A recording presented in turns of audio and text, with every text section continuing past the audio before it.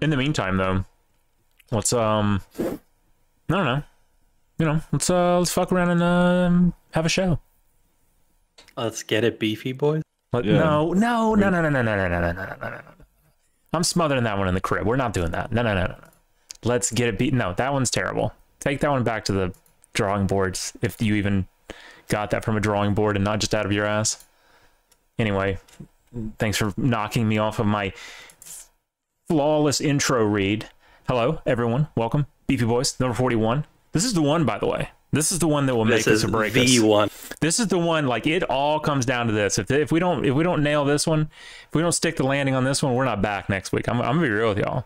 So, well, we started on a very strong foot. So. We did. 41. Prude was only 4 minutes late tonight, ladies and gentlemen. I just want everyone to know, Prude was only 4 minutes late. So walk us through the process. What did you do so correctly to get you here on time? First of all, I have to address that as episode 41.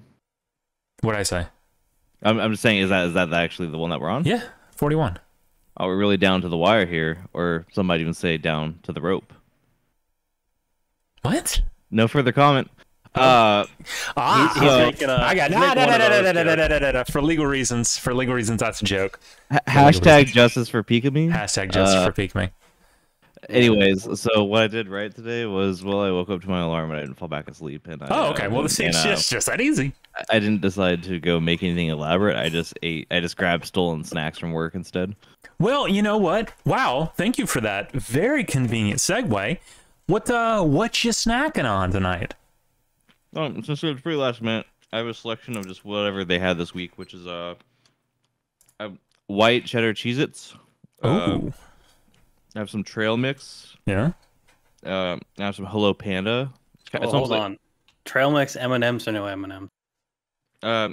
So the ones that I have right now in front of me, I do have ones with M&Ms elsewhere, but right now I have one little packet that's these Parm Crisp like snack mix. So it's like nuts and like Parmesan crisp. So it's kind of a trail mix, but not. The other one is organic heart healthy mix with a blend of cranberries, walnuts, almonds, Brazil nuts, and pepitas. I didn't get the M&M ones right now because I didn't feel like, because usually those ones are more salty in my experience. Didn't really feel like that. And I also have these Hello Pandas, which are kind of already sweet. You know, they're kind of like, it's almost like Pocky, but the shell is the Pocky part, and then the inside's the cream.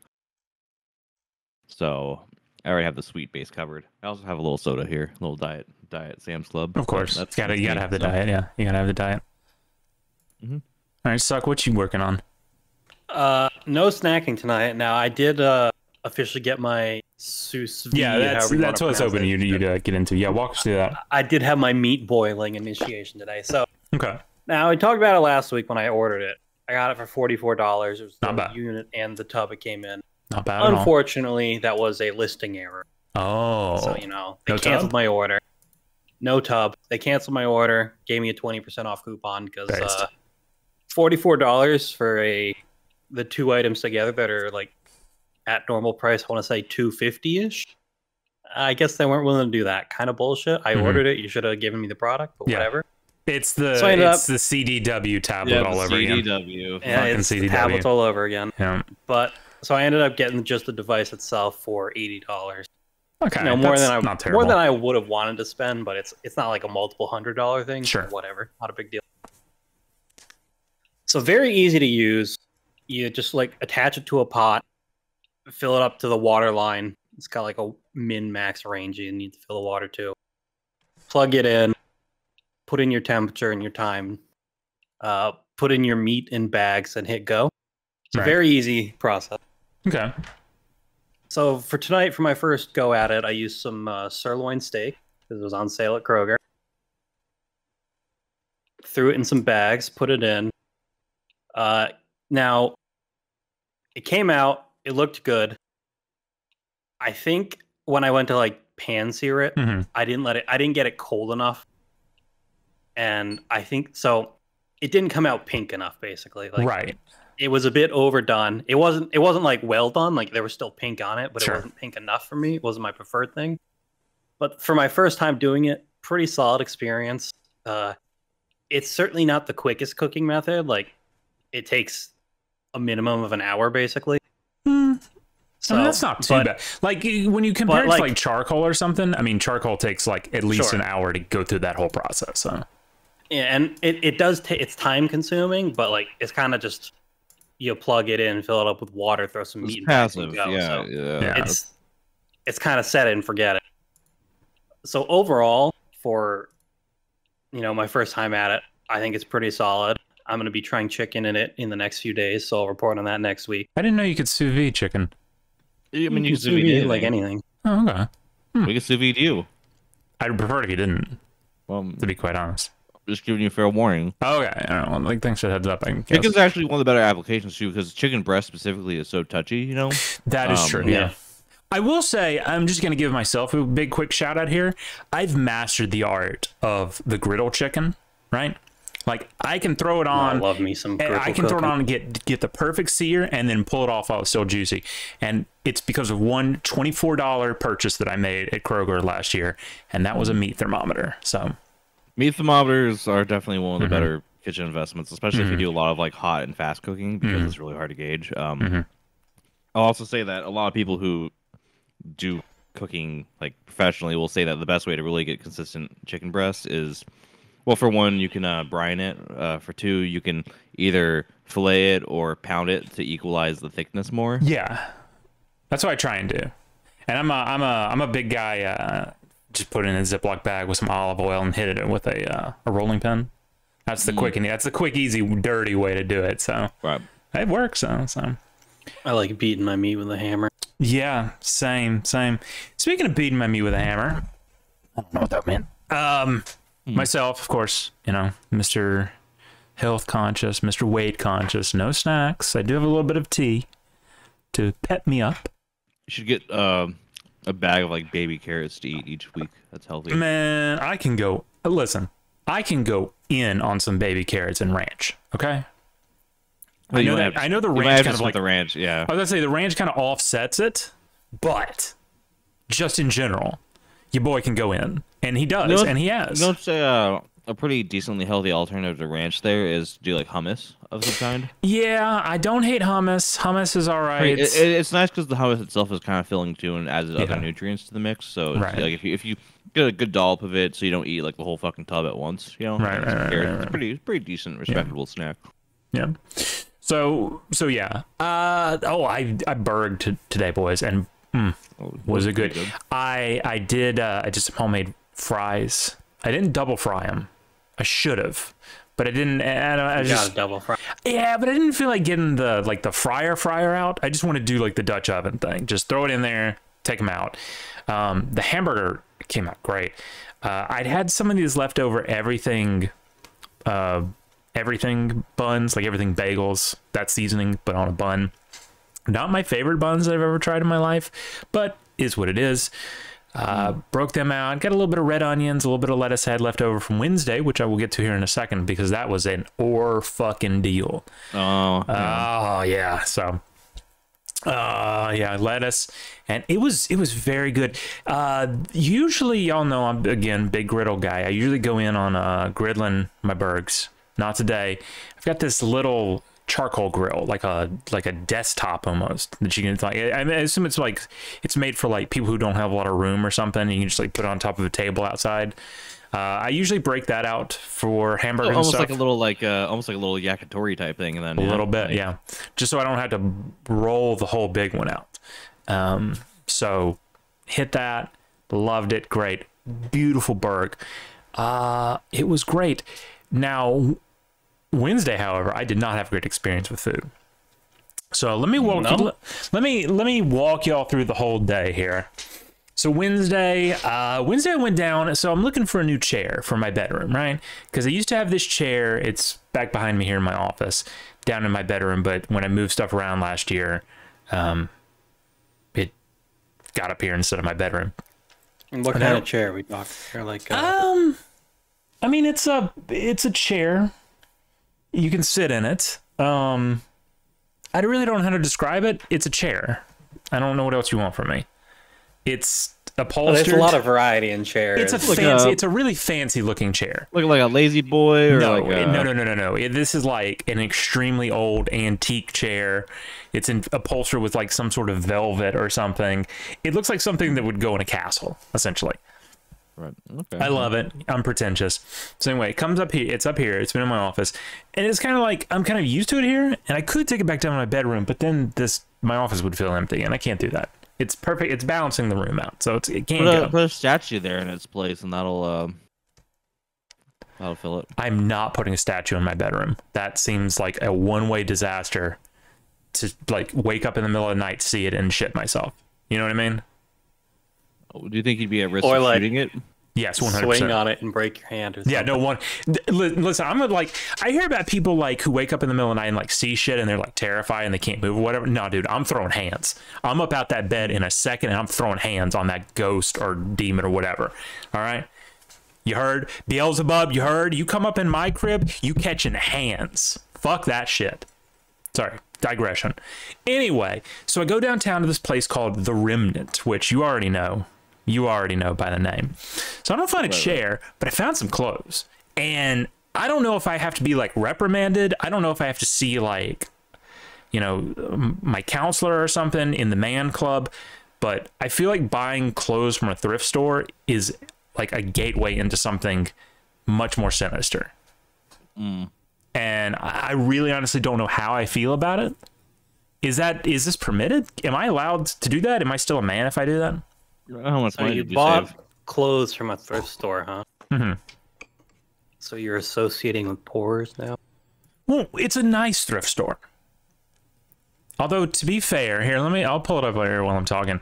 This is the duality here, because Suc's judging you for consulting with pores or whatever, and I'm saying that I'm judging you less if you saved a lot of money. So, oh, I saved a shit ton of money. Let me pull this up on screen, and I'll take us on a little walk through it. So, all right. So here's everything that I bought. The top row is what I got from the thrift store. I got a nice button up. It's a size too small, but motivation. I got a nice. It didn't come out very well in this picture because of the lighting, but a nice salmon-colored polo from Land's End. Oh, very salmon? cheap. Salmon, yes. Salmon?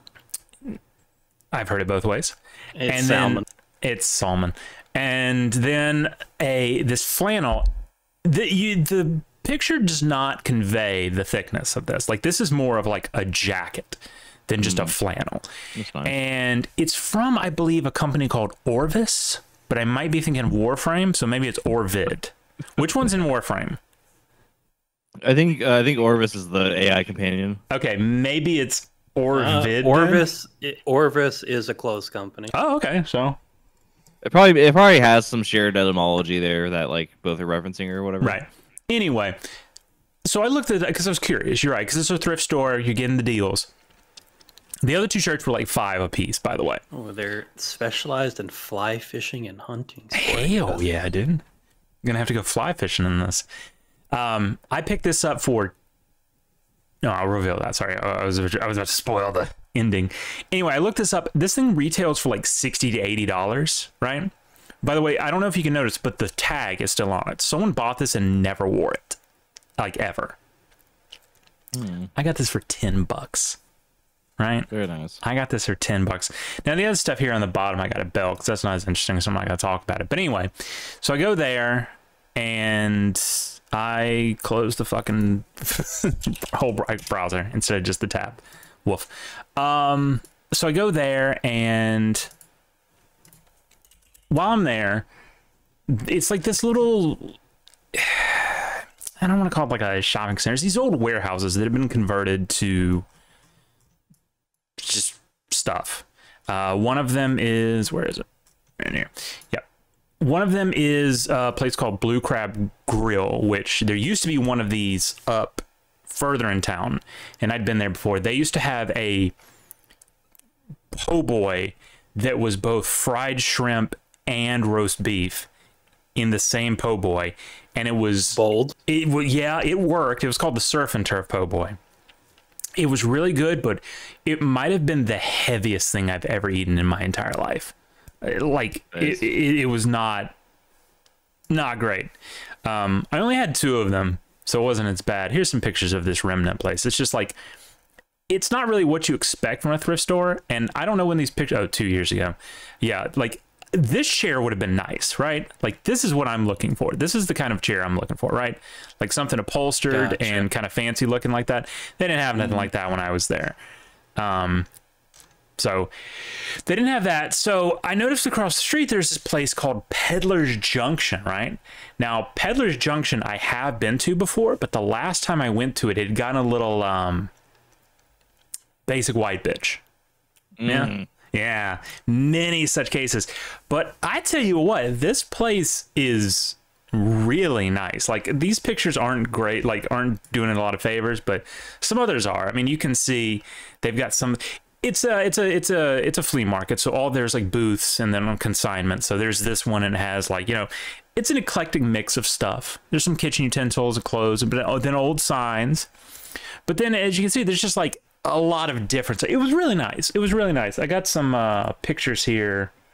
I got this extremely not racist lamp. Oh yeah. Which, you know, in South Mississippi, what do you want?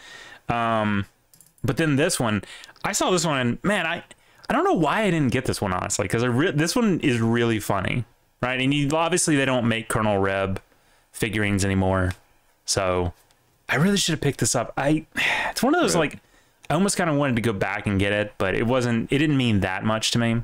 So, but anyway, this is all to lead up to my main point. The whole reason I even went downtown last week, well, for the chair, I also wanted to get tacos. And there's a place over in the mall. The mall shares a parking lot with this place. There's a place in the mall called Taco Casa. It's been there literally longer than I've been alive. It's an institution in the city, right? So I go into Belk. There was a little fiasco in there because of a white woman. So I had to wait a long time. So I come out, I'm starving. It's like 12:30, right? And I'm like, it's taco time. Right. I walk down. It's on the other side of the mall. And I get there. Gates down. Lights are off. Is it in the food court? There is no food court. We have no food court. Okay, well. Yeah, it's Well, then you can't have a Sbarro, right? So no, unfortunately. I get there, gate down, lights off, nobody's home, and I go, yeah, okay, you know, maybe they're just not open today. Maybe it was March 1st. I was like, you know, maybe they're doing, I don't know. Maybe they're doing something, you know? There's no open day. Celebrating women's history. Sure, why not? So I go home. I'm angry, but I go home and I make my own damn tacos because that's what a real boss does. Right. So I get in there, and I get into looking it up, and I go, all right, let's see what the deal is, because I was gonna look up their number. And I was I'm gonna give these guys a call and be like, yo, what did it do, right? Which you should. So I get on there, marked as permanently closed. Wow. Yeah. Ooh. A Laurel institution since possibly the 70s. I mean, I wouldn't be sure. I'm not. Do you know about when it was actually closed down? Like what the time frame was? Was it very recent or is it? Just I checked their Google page a couple of weeks ago because when I was at the mall back at the end of January, I walked past it and the gate was up. I'm pretty sure, but it was like dark in there, and I was just like, I was assuming they were opening. They were in the process of opening up because it was very early. And I didn't think much about it. And I checked their Google page not long after, and it didn't say anything about permanently closed because I wanted to see what hours they were. Right. The permanently closed, I don't know if that has to be... I'm trying to find it here on the map, actually, to see if it can... Taco, sawmill. If I can get some sort of... I mean, that's the thing. It's like you can't even find it, like... Sawmill... Oh, there it is. It's hard to even find it now because it's like it's literally like been scrubbed almost because it doesn't exist anymore. So Fucked up. yeah, I can't even find it anymore. So I don't know when it closed. I don't know how long it's been closed. Needless to say, I was very upset. So oh, here we go. It doesn't say. like when it was updated. So, you know, y'all's guess is as good as mine. Yeah, there's not anything for updated. So, you know, it is what it is, I suppose. So that's how it goes. I feel like somehow we could probably blame this on the hometowners. Yeah, I wanna. I mean, it kind of has to be the case, right? I wanna. The time frame's there, so I wanna, but I can't like definitively say. Yeah, I know the time frame's there, but that's kind of like I hate to go, you know, whole heck in Reddit, but you know, correlation does not equal causation, and if anything, I mean, more tourists feel like, you know, but then again, it's like South Mississippi, dude, there's so many Mexican places to eat, and you know, so, you know, rest in peace, Taco Casa. You will be missed. Last time I ate there, it was let's see. I feel like I talked about this before, but maybe I didn't. Maybe it was just in the conversation. Last time I ate there was like 2005. I was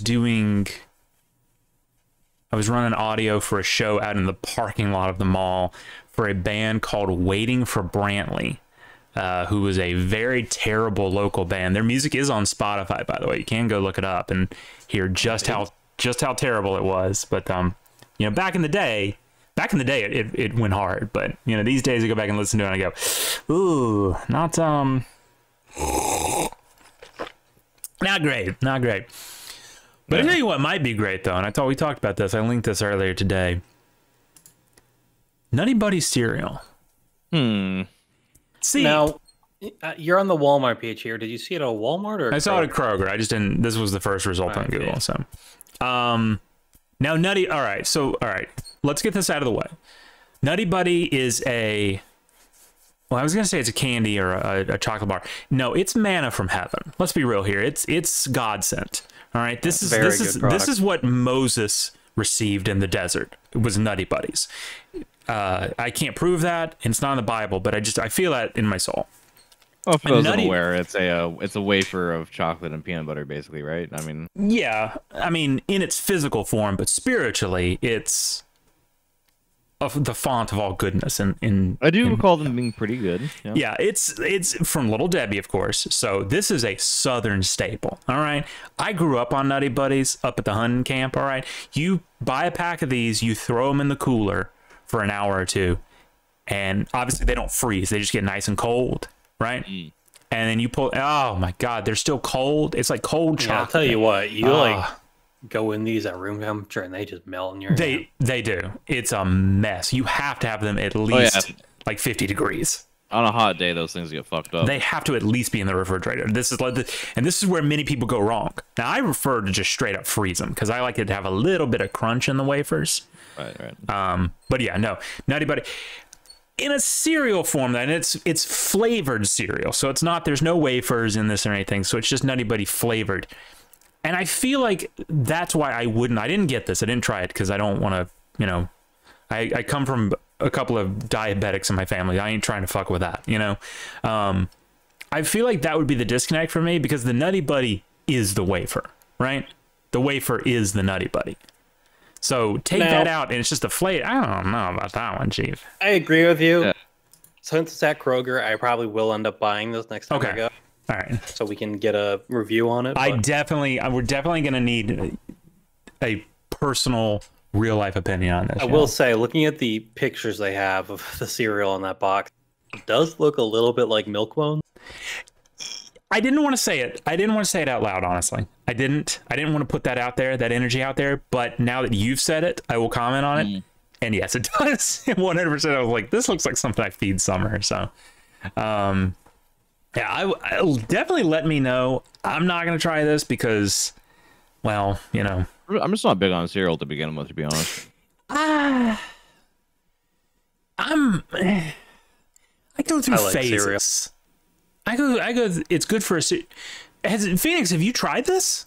Oh, we may already have a dude who tried this. I think Phoenix did say he was thinking about trying it the other day in chat, or like yesterday in chat, so he might have already gotten it. Wait, he saw it before I did? Well, I think he saw Well, that was everybody just this post morning. about, and he said well, okay, look, my days are fucked up, but Oh, okay, that's fair. but I think he saw it in chat, and then he went and tried it maybe.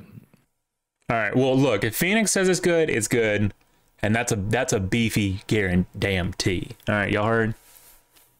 All right.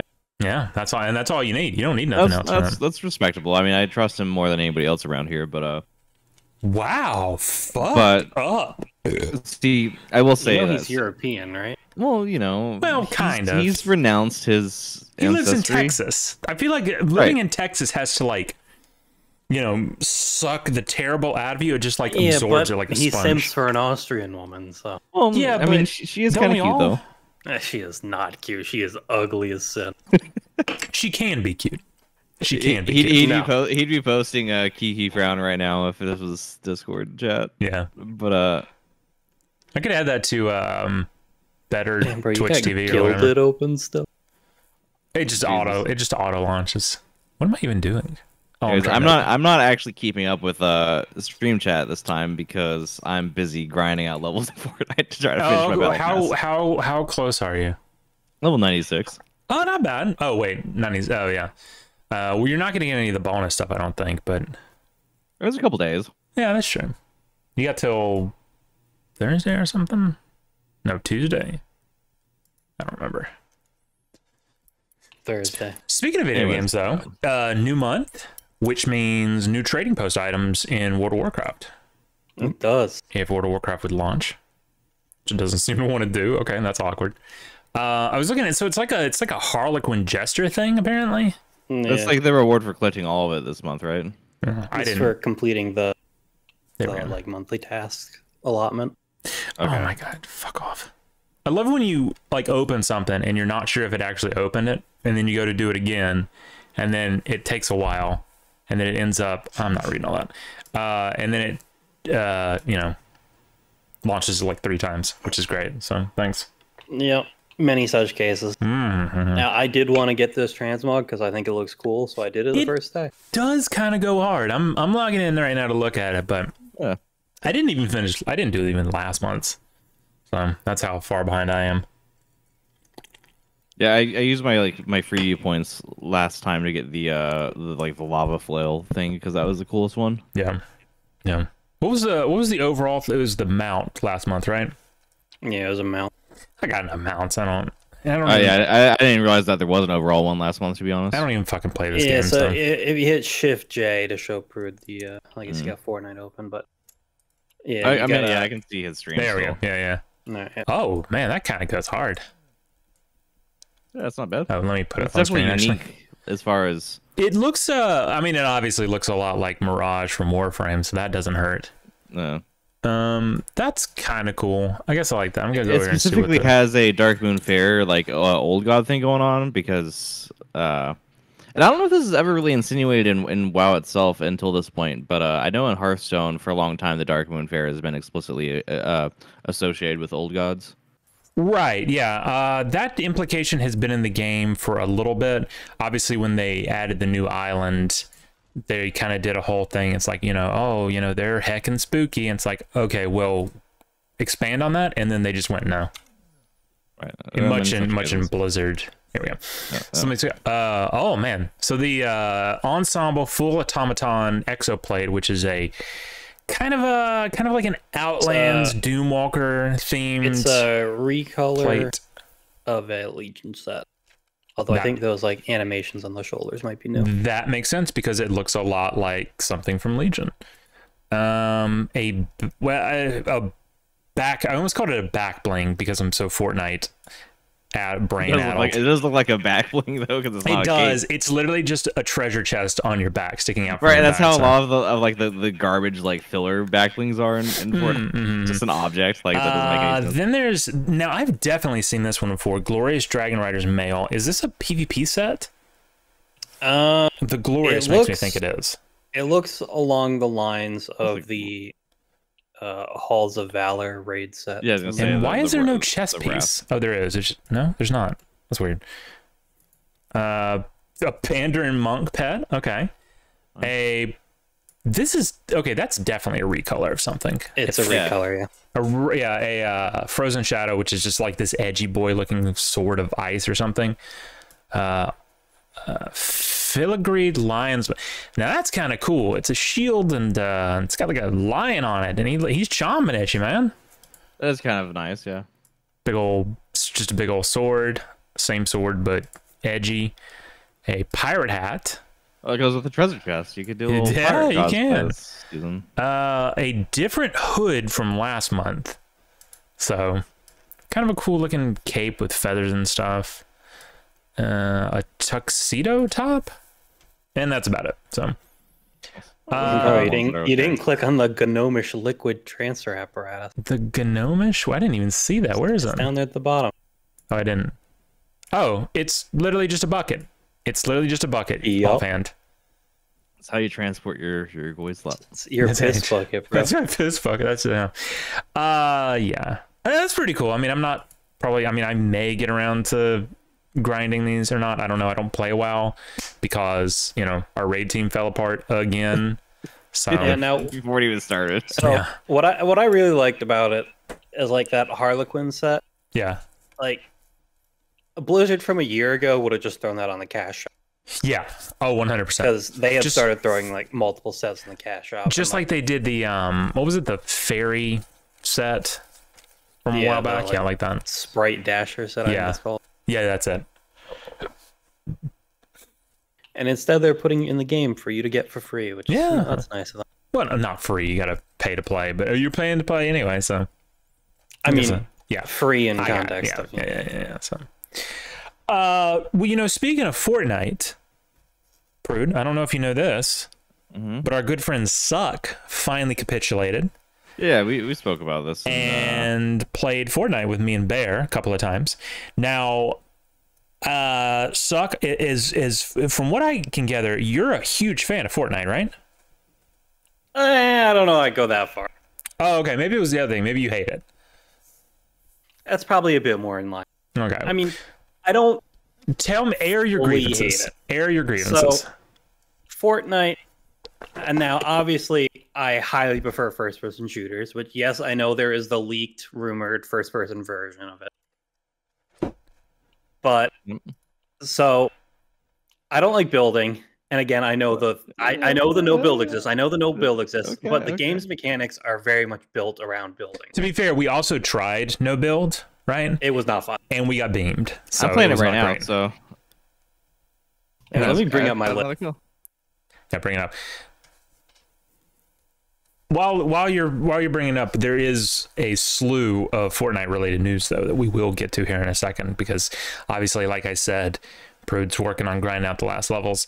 Season ends soon, boys. Season ends soon. Was it the 8th? So, yeah, the 8th is I think Thursday, from what I remember. But again, I really don't like building. I know the no build mode exists, but the building itself, like the best ways to counter it, from the little bit I played, seemed to be like the hammer, like the Deku Smash, basically stuff that isn't shooting with a gun. And I like, when I play a shooter, I like to shoot with a gun. I don't really, using the gimmick stuff isn't really my thing, which I guess gimmick stuff is kind of big in Fortnite, so whatever. It is, yeah, it's kind of the name of the game, honestly. I think the guns in the game are just absolute garbage. Right. Like, I enjoyed using the DMR. That was a decent gun to use. But pretty much every weapon that, you know, is automatic, you shoot about 3 bullets, and then your bullets start going left and right a few miles off. Like, it's not even a recoil thing. They just have insane spread on them. It's like CS:GO or something. It's unfun to me. No. This is why I don't use many automatics in this game, to be honest. I tend to go with loadouts that are mostly shotguns for close up, and then like snipers and stuff for long range. Well, what I was gonna say was you're actually pretty right on that. This season's guns are hold on a second. Oh great, my internet is connected. Oh, shit, internet's back. Yeah, there we go. No, it like once a month, it will disconnect for like a second. So okay, it's annoying, but it is what it is. So, wait until we're back here. It is back. All right. Yeah. Anyway, the problem with the weapons selection this season is that they are indeed hot garbage. Last season's was a little bit better. You're right. There's no like really good, satisfying, fully automatic weapon. Like the two SMGs are okay at best. There's no good, like really solid, fully automatic AR though, like there has been a couple seasons. And I know you're a big DMR guy. The DMR obviously goes extremely hard, but there's better range weapons in the game. The heavy sniper, for one, comes to mind, which actually was in the game just a week ago for an event. But yeah, this season, even the shotguns suck this season. So like the heavy is just absolute garbo. I play Apex as my shooter of choice, Sure. and the shotguns in Apex are vastly superior to what those guns are. So, well, there's some shotguns in Fortnite that more closely match Apex's. They just weren't in this season.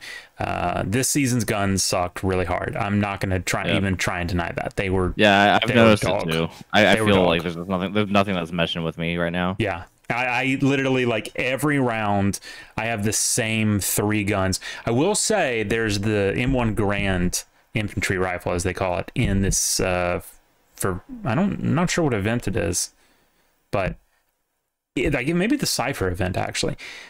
The M1 Grand feels really good. I don't like that it doesn't have a scope on it. Yeah, I really want it to have like a 2x scope or something. But it feels it's really good. It's really accurate too, like super duper accurate. So yeah, that's a very valid complaint. About the building, yeah. Also, because of the weapons, there's no good way to counter building right now. However, other seasons, we've had some real banger counters. My favorite was the flare gun. Did you play during a flare gun season?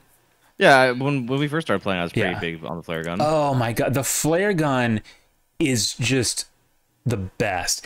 When you roll up on the quintessential build friend, right? And he has built the Twin Towers in full 1-to-1 replica in the middle of the map. All you have to do is shoot the one flare over it, and then within seconds, it's all on fire. That had to have been the most frustrating season to be a build friend ever.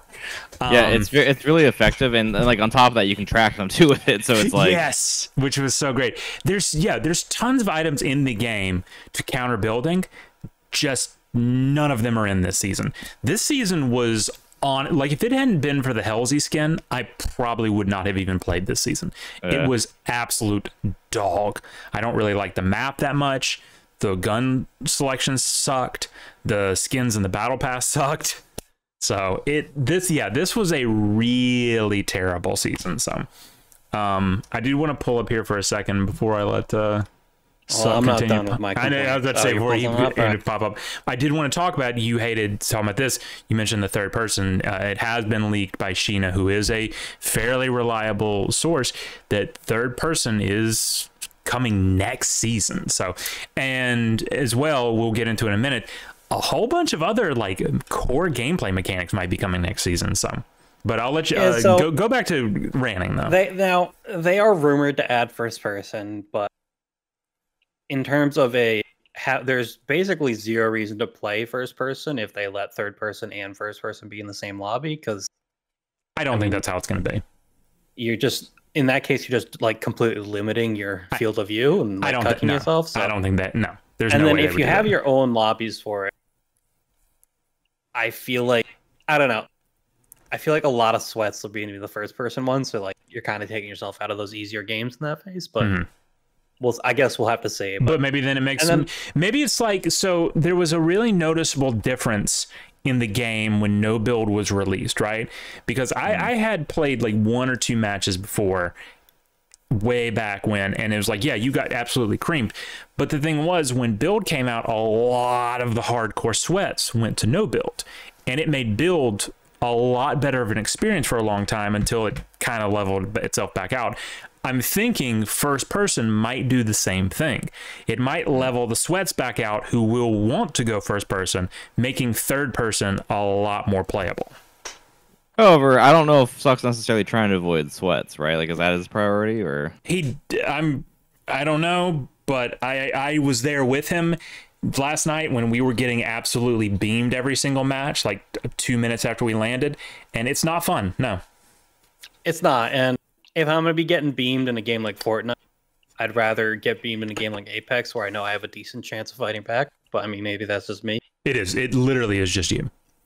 And then my other big complaint with the game is just the whole healing system in general, like the super long, like channel times for it, and the fact that you have to be sitting still for it. It's very conclusive around, setting up a big ass fort and hiding in a corner. And yeah, I will say ratting. The fact that you can't move while healing is probably the worst part about it.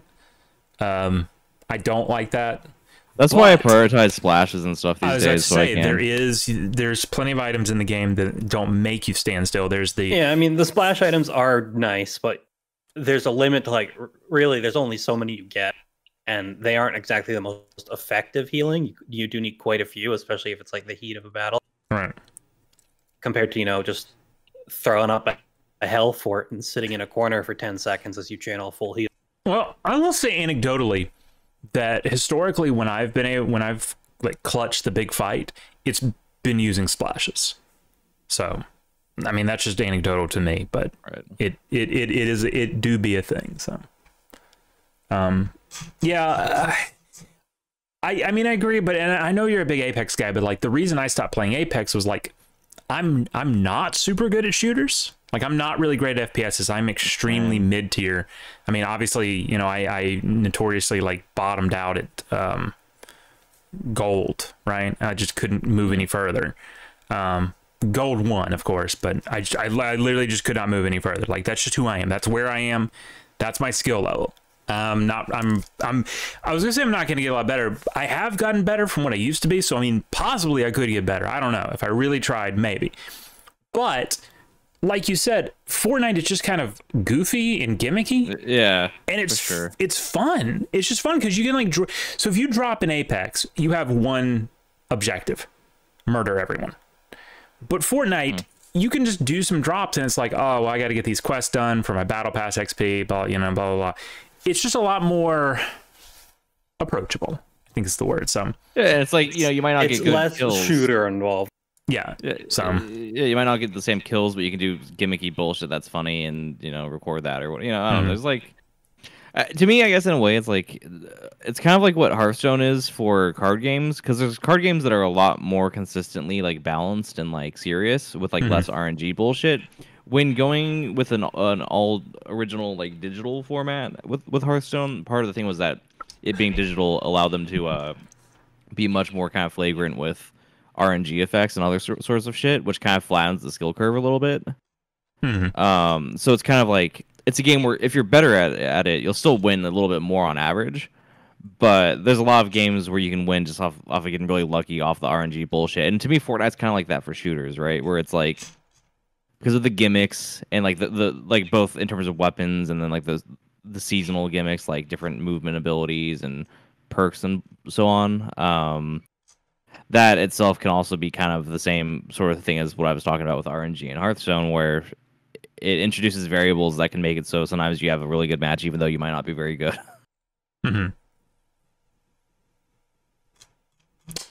Well, teach their own. I mean, I still like Apex. It's okay, but like I said, I'm kind of the inverse of Succ. Like, if I'm gonna get beamed, I kind of want it to be a fucking goofy ass like Goku or something, and not a top 10 predator in Apex. So it just is what it is. But like I said, though, next season right around the corner, literally 3-4 days away, and we've actually, compared to last season, we've already actually got a fair amount of leaks.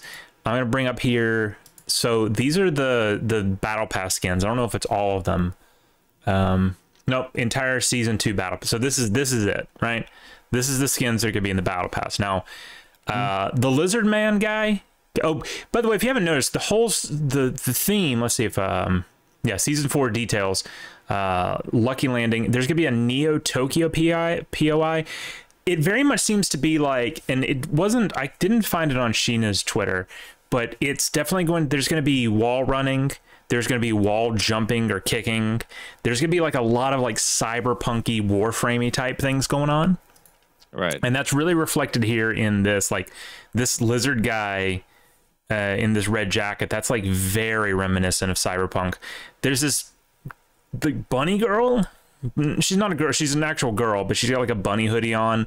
There's this like robot Oni looking thing. There's another lizard, but this guy has like fire on his head, right, or something. Wait, that's not a lizard, bro. Are you sure that's not a lizard? That's a skeleton. Oh, okay, it's a skeleton. There's Whatever. no tail. Yeah, you're a tail. Oh, there's like a demon tail. Well, this guy doesn't have a tail either. This guy doesn't have a tail either. So. All right, but that's a lizard. That dude's like a flaming. That's like a Hell Rider, or whatever that fucking. Oh, yeah. There's another like Oni ninja kind of guy. There's a vaguely Asian looking girl that kind of looks like Elsa, like an Asian Elsa, I guess is the best way to describe that.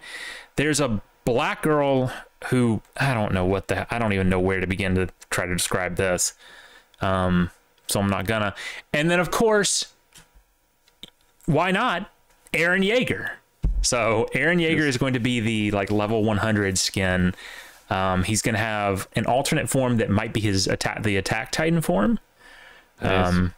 So I'm guessing you're going to work especially hard for that one because you're a big Eren Yeager guy. Same, honestly. Now, I did just remember another thing I disliked, if you don't mind. Go ahead. I know they, at some point in the recent seasons, implemented like sprinting and stuff to Fortnite. Yes.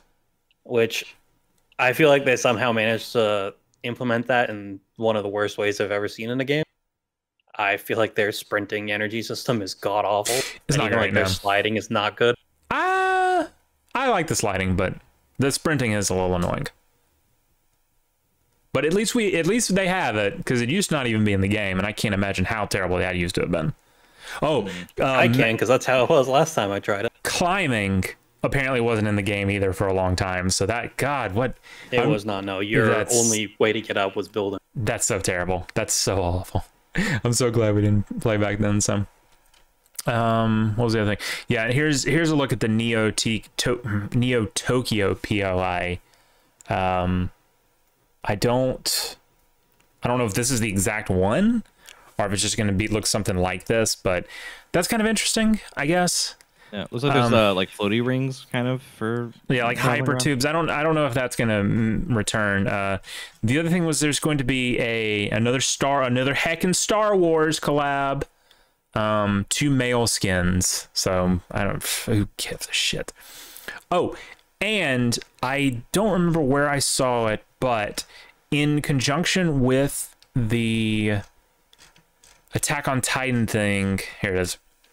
A waist grappler mythic will be added next season. So I'm guessing that's going to be a little bit like maybe the Spider-Man mythic from several seasons ago, or more recently, maybe like the grappling hook, which I was a huge fan of, much to the dismay of all my party members.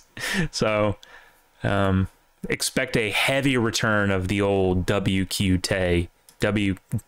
key Tay. Next season. So apparently Crumb tuned in at the start of the stream and asked us to say something about Matrix friends or huts. So right. I'm not doing that. Go back to your hut. No. Yeah. Here's the thing. Yeah, he tuned in, but so he's watching the stream but refused to comment except through Matrix. So honestly, fuck off. Yeah. Well, that's like hut behavior, right? Because I mean, it's not even just like HUD behavior. I mean, I will say, like, okay, you get a little bit of respect from all right, I'm about to get off on a rant, so I'm just gonna cut this short. I will say at least, like, okay, wow, thanks for at least showing up. That was nice of you, Crumb. That's a lot better than I can say for like literally 90% of my friends, air quotes. So, you get credit for that one, but for everything else, now fuck off. Go back to Matrix, the loser. Rude. He didn't even hear that, so. No, he's actually listening. He's still watching. He's thanking us for the shout out. Okay, well, fuck Matrix. Anyway, moving on. Speaking of fuck burn the bridge. Yeah, hashtag burn the bridge. Speaking of fuck Matrix and internet shit that nobody cares about. We lost a real one this week, boys. Mm.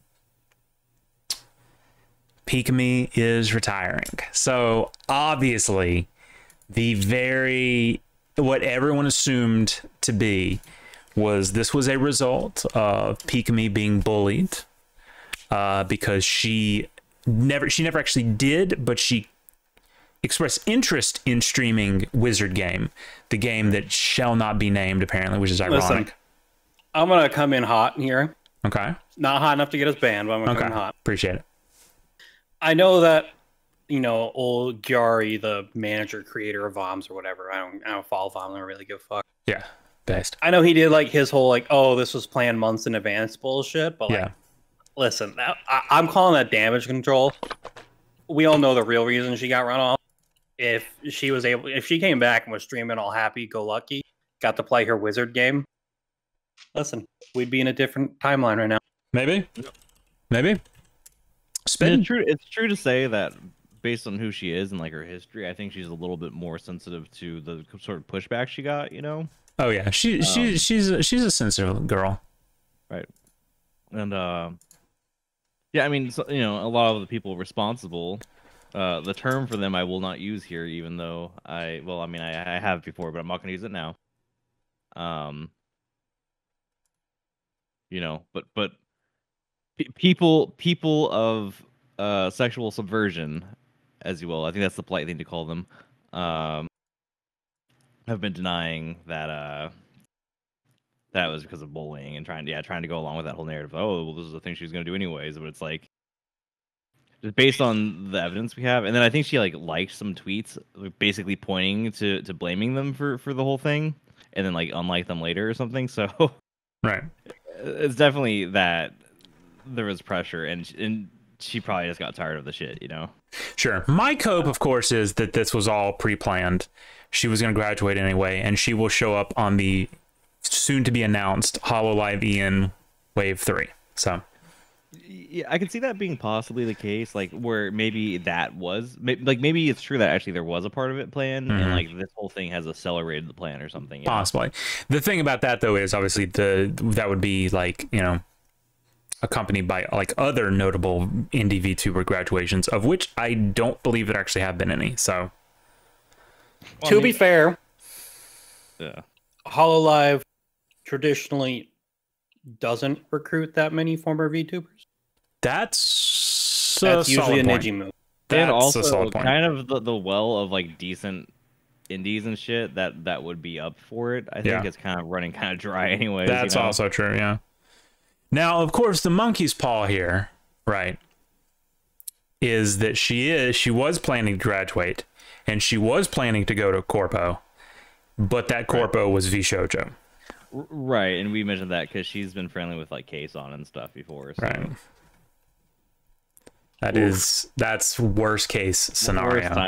Sorry that your Oshi became a horror bear. Yeah, could you imagine her reincarnating and she's it's like one of those moral degradation dojins or what? Yeah, fucking metamorphosis of the VTuber. Right. Yeah, and also I'm pretty sure Bear's Oshi is Rosemi, not Pikamee. So well, you're all pretty kind of fickle around here. We're not. I'm certainly not. I'm a day one Pomodachi. She's she's literally the background of all my stuff. So well, sure, but I mean that's just built upon the corpse of your initial preoccupation with ours. So I never had it. Y'all, no, hold on. Y'all keep overstating how big I was into ours. She was never my Oshi. I would never Oshi a Japanese Chuba because I can't understand what the hell they're saying. See, this is how a man talks about his the ex-wife that he divorced from. It's not. I mean, there was never. It was just a passing interest. I will say that I was a day one chum bud. Yes. However, do chum buds really? Yeah. However, when Pomu came along, and that was also around the time that Gura started being a little pretty sketchy with her streaming, right? It was a natural conclusion. Yeah. So I mean, now we all know the real reason you hop ship is because you couldn't stand that your Oshi got popular. You had to jump the ship to a less popular one. I'm sure. Give it a year. Tail jump ship to a new Oshi as Pomu got too big. Pomu will never get too big. She has actually been fairly stagnant. So She will if I start feeding her. Pomu is okay. Fucking. Oh god, I forgot who the Fetty guy who was that did the feeder stuff. Platinum, I think. That was it. Yeah, that guy. I mean, Pomu's an acquired taste, right? Like, Pomu is never going to get huge. She is an acquired taste, and that's why she's perfect. Did I stop liking Gura because she got popular? It didn't help the situation. But like I said, it was also she wasn't consistent. Your Oshi has to be consistent. Nah. That's true. Your Oshi streams like once a year, so. Yeah, no streams. Yeah. No streams. It's kind of crazy though that you jump from Hololive into the Kiara of Niji Sanji though. That's an interesting leap. Is that supposed to be an insult? Because she's. Well, I mean, depending on who. First off, that's not even like accurate. Like that's not even the only thing they have in common is they're white girls who wanted to be idols. That's it. That's literally the only thing. Pomu went to Japan as part of like she's like a what's the word? International student. What's the word I'm looking for? Exchange. An exchange student. Kiara went over there on a very tenuous visa that was predicated entirely on having sex with Japanese businessmen. Okay, one of those is extremely wholesome and fun, and the other is Kiara. Look, just because the Pomu wrestling video hasn't been leaked doesn't mean it doesn't exist. Listen, I'm gonna say it. I'm gonna say it. You guys are jerks for bullying a cancer victim. Is that confirmed? I'm gonna play that card. I'm gonna play that card. Yeah. Is that actually confirmed though? Yes. I thought that was pure not a cancer victim. It's not pure. It's not. It's one of those things. It's not pure speculation, but it's I mean, she's dropped enough hints that we know. Old Joey Biden just had like a cancerous lesion cut off him, so I bully that dude all the time. No, I'm sure Pomu had like straight up had body parts cut off. What I'm getting from this is that Tay wants Pomu to have had cancer so he could be like the savior. I mean, he's savior friending her. Oh no. She doesn't need a savior. She's Pomu. She's already perfect. How can you save perfection? Oh no. She's perfect. I mean, she's Pomu, and I too am Pomu. So, listen, you guys wouldn't get okay. All right, listen. Succ is allowed to criticize me. Okay, he is a fellow one Oshi Chad. You don't even remember your Oshi. I don't need to. She's right, filthy sorry rich. to interrupt the conversation. Live reaction to strawberry pineapple refresh flavor.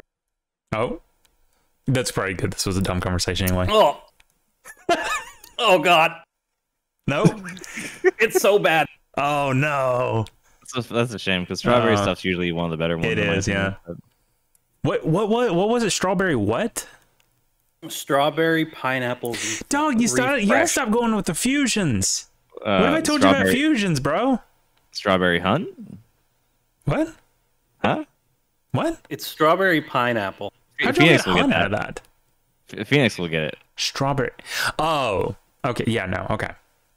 I'd like to hunt that strawberry, right? Mm-hmm. As long as I don't have to see your face.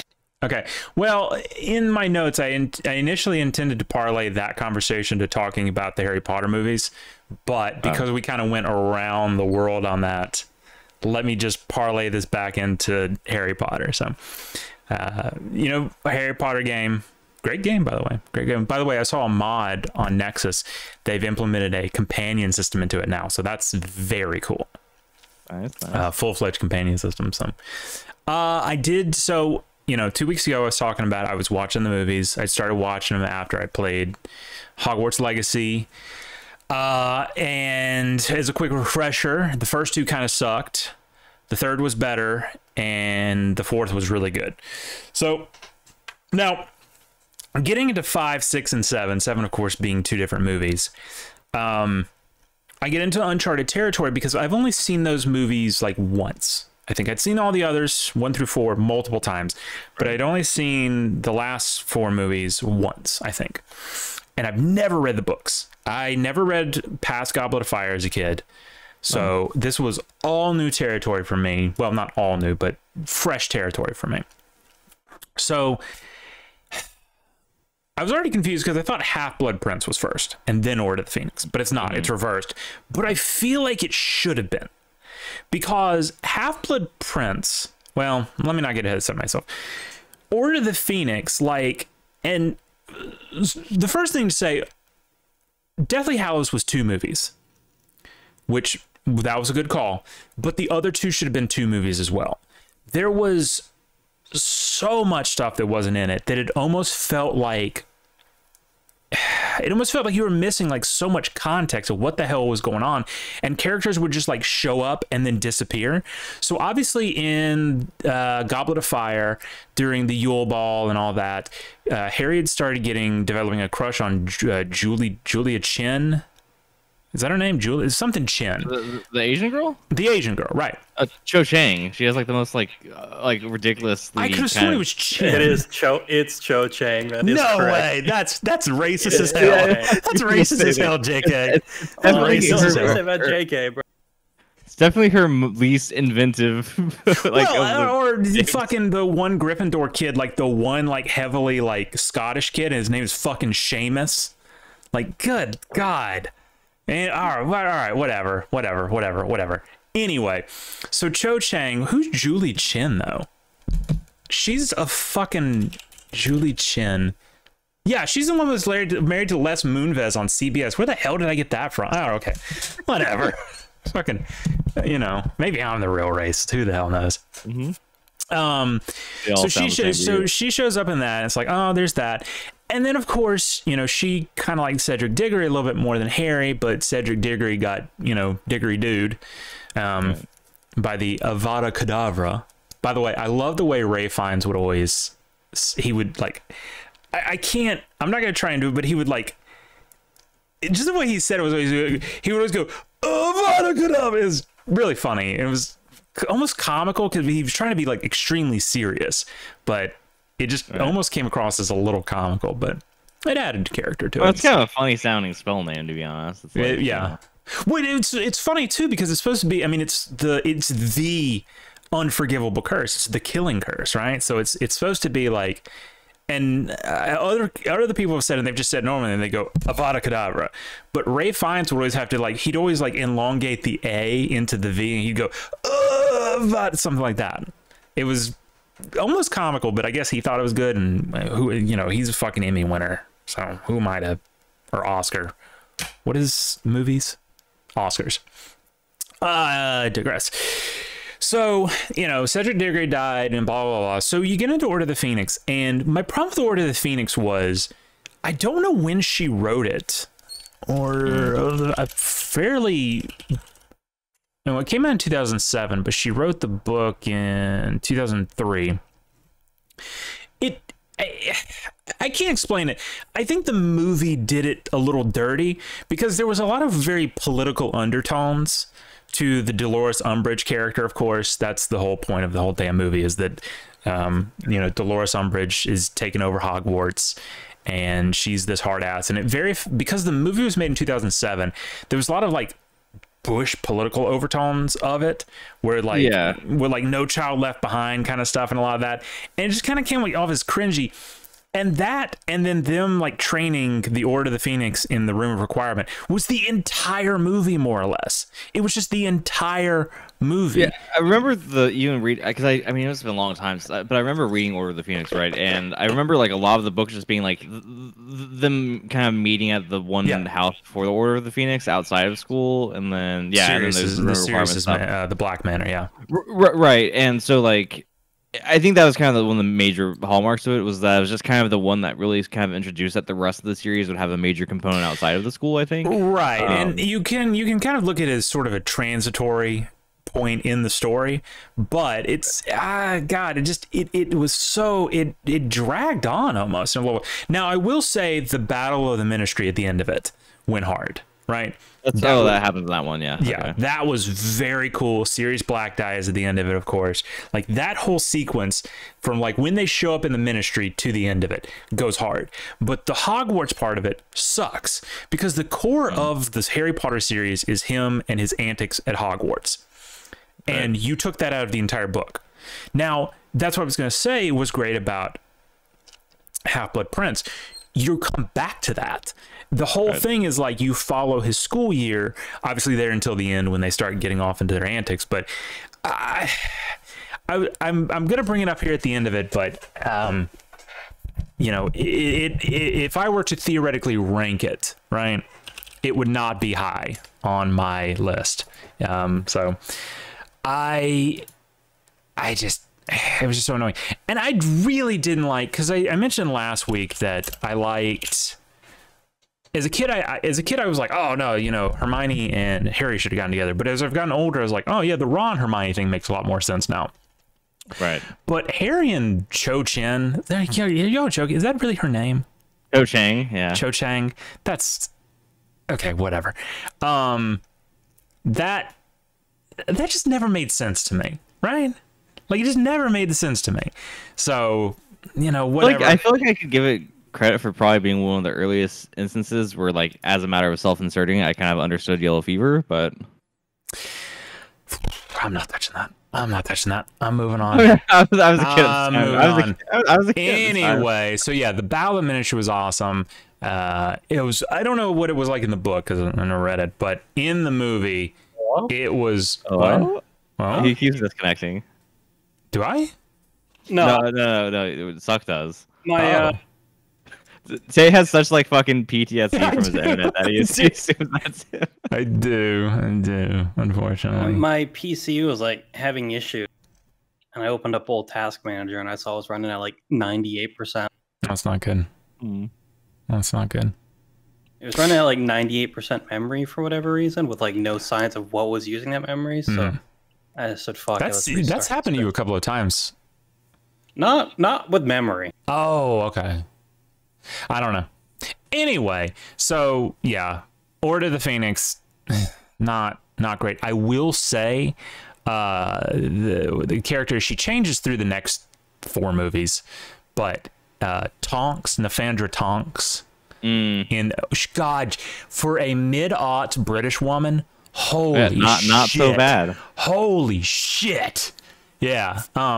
Which I do have a note here. It says, do not say anything about Emma Watson until the next movie. So I'm going to move on past that. But yeah, not very mid movie. Half-Blood Prince, though. Half-Blood Prince is where it started getting really interesting again, because of course it was like that core dynamic of they're at Hogwarts. It's their antics. I liked Professor Slughorn. It was a very fun, like almost self-contained story until the end when you started getting into the Horcrux and it's like, oh, we're getting into the end game now. I honestly, the whole Horcrux angle to me was like very. Now we talked to 2 weeks ago that we're pretty sure the Horcrux thing was like retconned. It felt very retconned. Yeah, because it definitely was not intended as of the second book, because that was obviously like that was not built up nearly enough, and then it was like retroactively like, oh yeah, the diary was a Horcrux. You know? Yeah. And you know, she's tried to claim. I think she's tried to claim a lot. She's like, oh yeah, I definitely knew all this ahead of time. It's like, no, I don't think he did. I don't think he did. Right. So it was very clear a lot of it was retconned. I definitely feel like it was kind of those things where she got into the last couple of books and she's like I need like a mechanic, right? Like I need something to make the final struggle more interesting, like to make it kind of really come down to the wire, because otherwise it's just gonna be like fucking like it's gonna be like the two characters is like Kamehamehaing at each other and whatever one's stronger wins, you know? It's like yeah, which would have been even lamer. But I just feel like there could have still been something. I don't know. But yeah, the Horcrux thing, and also the Horcrux thing was also like just. I feel like it could have been so much more interesting, because that first Horcrux thing. So obviously the first 2 Horcruxes that were destroyed was Tom Riddle's diary, Madame Gaunt's ring or whatever. Marvolo Gaunt's ring. Marvolo, that's it. Yeah. and Harry Potter destroyed the first one with the basilisk. And it's not said in the movies how I keep saying Gandalf. I always say Gandalf in my head when I think about Dumbledore because they're kind of like the same character. They really are if you think about it. Dumbledore destroyed the ring. I don't remember if it ever explained how he did it, but whatever. Anyway, so what was it? Yeah. So then they go off to find the locket, which, spoiler alert, you find out it's not actually the locket. Sirius's brother had stole it years ago. That whole sequence, right, where they go out there and he has to, like, you know, Dumbledore's suffering because he has to drink the potion, and then the Inferni come up, and there's this whole thing. And then I think the really great thing is because, like, through all of this is, like, Dumbledore has, like, very much been, like, you know, a plotter and a mastermind. You're like, oh, yeah, he's kind of like the ideas guy. But then, like, he fights off, like, 1,000 Inferni, and it's like, oh, shit. So he actually is, like, one of the most powerful wizards alive. Holy shit.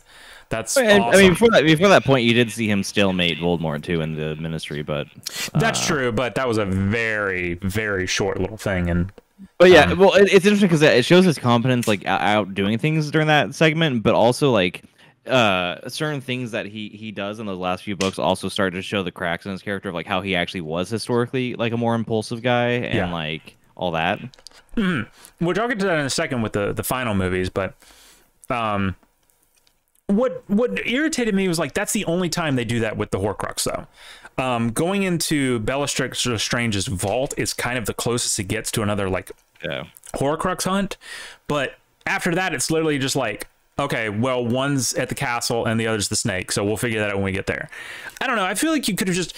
I feel like she could have milked this, but I think she wrote herself into a corner pretty early with like a year per book. And had she actually planned all this out, I feel like this could have gone a lot longer and been way more interesting.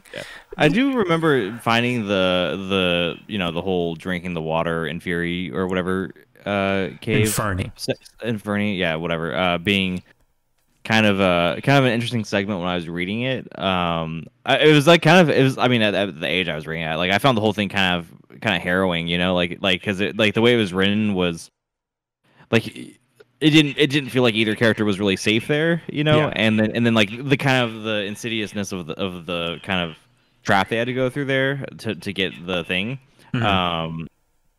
It's kind of interesting because I think already at this point in the story, Dumbledore had done the thing where he like kind of withered his hand through the first that was destroying Marvella Gaunt's ring, right, because I think I think there's almost like a little weird like Lord of the Rings reference there because he basically I think he like had like an impulse to put it on.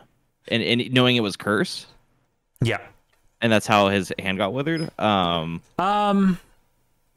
no, it got withered from destroying it. I thought. No, I remember reading the wiki because I brushed up on some of the stuff, and it was saying that like he had even though he knew it was cursed, he like touched it or like put it on or something, and like he had like it was drawn towards it or something. So I don't know. I don't know if that was like an intentional reference, but either way, like between that happening and then the cave, right? Like it's one of those things you're like, yeah, like Dumbledore was flexing a little bit, but also like there was real danger, and it was kind of all almost felt like foreshadowing what eventually happens at the end of that book, which I'm sure you're about to get to.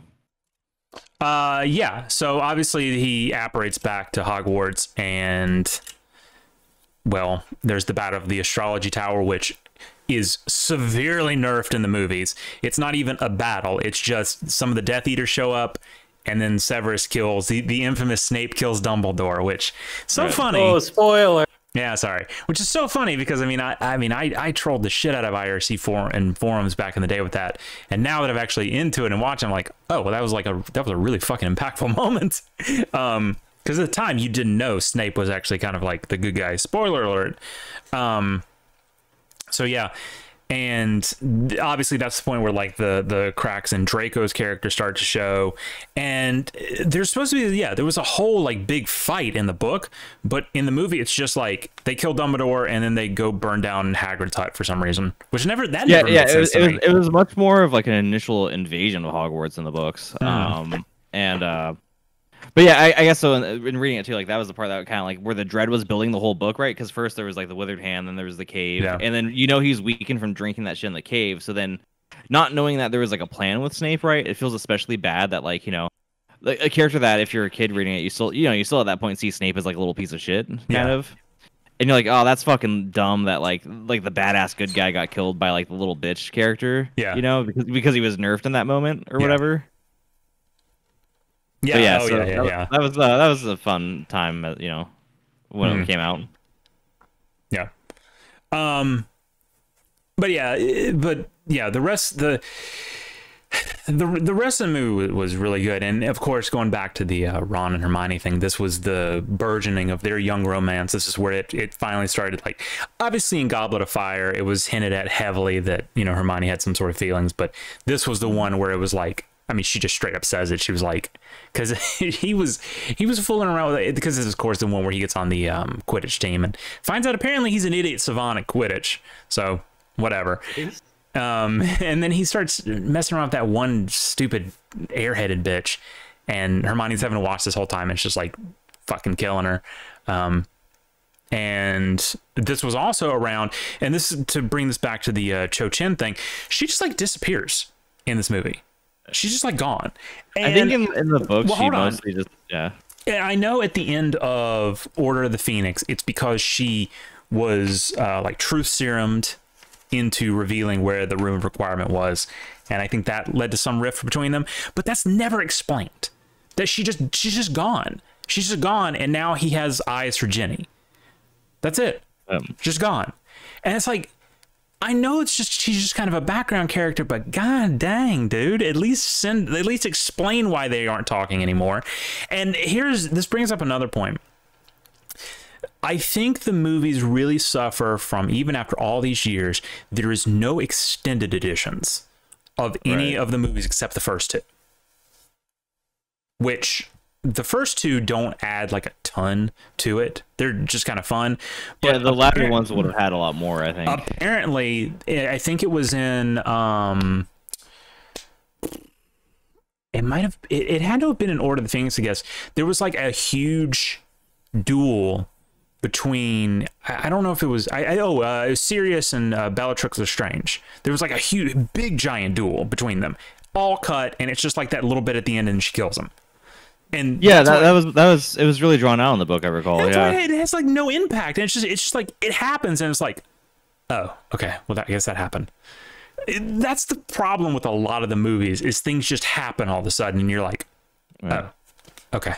And I feel like that was kind of the case when they were being released. I think they bet on a large portion of the audience actually having already read it, Maybe. So like they're kind of just like, I mean, almost everybody had read the fucking books at that point, but but like apparently Cho Chang was kind of a whore and like got like sleeping around. I'll tell you what.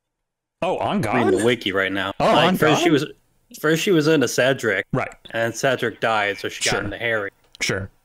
And then they had their falling out because the whole truth serum shit. Yeah, but that was apparently she got. It was her friend that got it, but true. They still had falling out, and then apparently she like goes and fucks some guy named Michael Corner after that. God, fucking Michael Corner. Like in the 7th year, so. Yeah, well. It's just, but it's just so weird that it's like, oh, she's just gone. And it's like, give a little snippet. Like when at the beginning where it's like him and Jenny, and like just have Ron say, it's like, oi, mate, why are you looking at my sister? Aren't you and Cho? And he goes, no, we had a falling out after the room requirement. The end. That's it. That's all you have to do. But they didn't. There's no fucking explanation. And it's just. They might, I don't know if they expanded it more in the books on that front too, but. So I'm reading this wiki on Cho Chang. Okay. And it seems that Ginny was dating the guy that Cho Chang is now dating. Yeah, they like partner swapped. Oh, that seems like a really lazy cop out by J.K. Rowling. Well, she didn't care for Cho Chang, so maybe she wasn't putting the most effort into that whole kind of and I mean, to be fair, I think of one of the few retcon things. I don't think the relationships were very retconned, because I mean they signaled the Ginny thing. I think in the second book, no, in the first book, I think actually, or at least in the first movie, maybe not in the, well, even the first movie, but the first movie, the fourth book wasn't even out yet. I don't think so. Right. I don't know. Anyway, so then Yeah, great. Like I said, I liked Slug. I thought Slughorn was really funny. I thought he was a good character. And then his whole arc, obviously, there's like, oh, whoops, JK, I just happen to be the guy that taught Tom Riddle how to make Horcruxes. This is literally all my fault. That weighing on him was kind of funny. And by funny, I mean, you know, good. Yeah. So then, of course, old Snape bites it. And then, that really, there was a lot of things in the movie I felt that, like, you maybe just even had like another 15 minutes of the runtime and show the big battle, right? Like, have the battle of the Astrology Tower, explain why they just randomly decided to go say fuck you Hagrid and burn his hut down. That made no sense. And of course, and even the reveal of Snape being the Half-Blood Prince felt half-assed. Because it's like, he literally just like, they're doing something and he's like, you know, don't use Mount spell against me. He's like, that's right, I'm the Half-Blood Prince. And it's almost like directly cut to credits. And it's like, Jesus Christ, really? I mean, not literally. They should have called the film The Half-Assed Prince. Yeah, they should have. Anyway. So then we get into the last one. Now, the last one it was split into two. Now, when I first watched part 1 and then part 2, I remember thinking to myself, like, part 1 sucked and part 2 was the banger. But after a while of like watching the first one, then the second one, I realized I think I had that reversed, because my complaint about the part 1 was just like, oh, they're just like in the tent the whole time. But watching it now years later, it's like, well, that was like, there was a lot of character building going on there, right? Like, you know, because it's like, it's just, you gotta remember they're just like, what, 17 or something, and they're having to like run from literal serial killers that are trying to, you know, wipe them off the face of the earth, at the same time trying to figure out how to like destroy magic that they've never even heard of, all while with one of those magical artifacts corrupting their minds.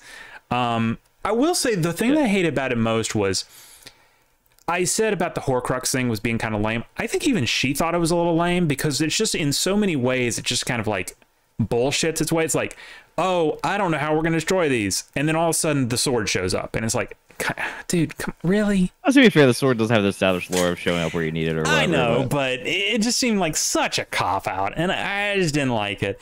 I did like when they got taken to the Malfoy Manor and they started like beating the crap out of them. That was funny. Dobby dying, of course, an all-time sad classic. You hate to see it. But it was, so the difference of these 4 movies versus the first 4 was these were all directed by one guy, David Yates, and they all were very visually and narratively similar. And yeah, part 1 was just like, so, I don't know, man. It was almost like, it didn't even feel like a Harry Potter film. It was the one of them that doesn't even just feel, it felt like something else entirely.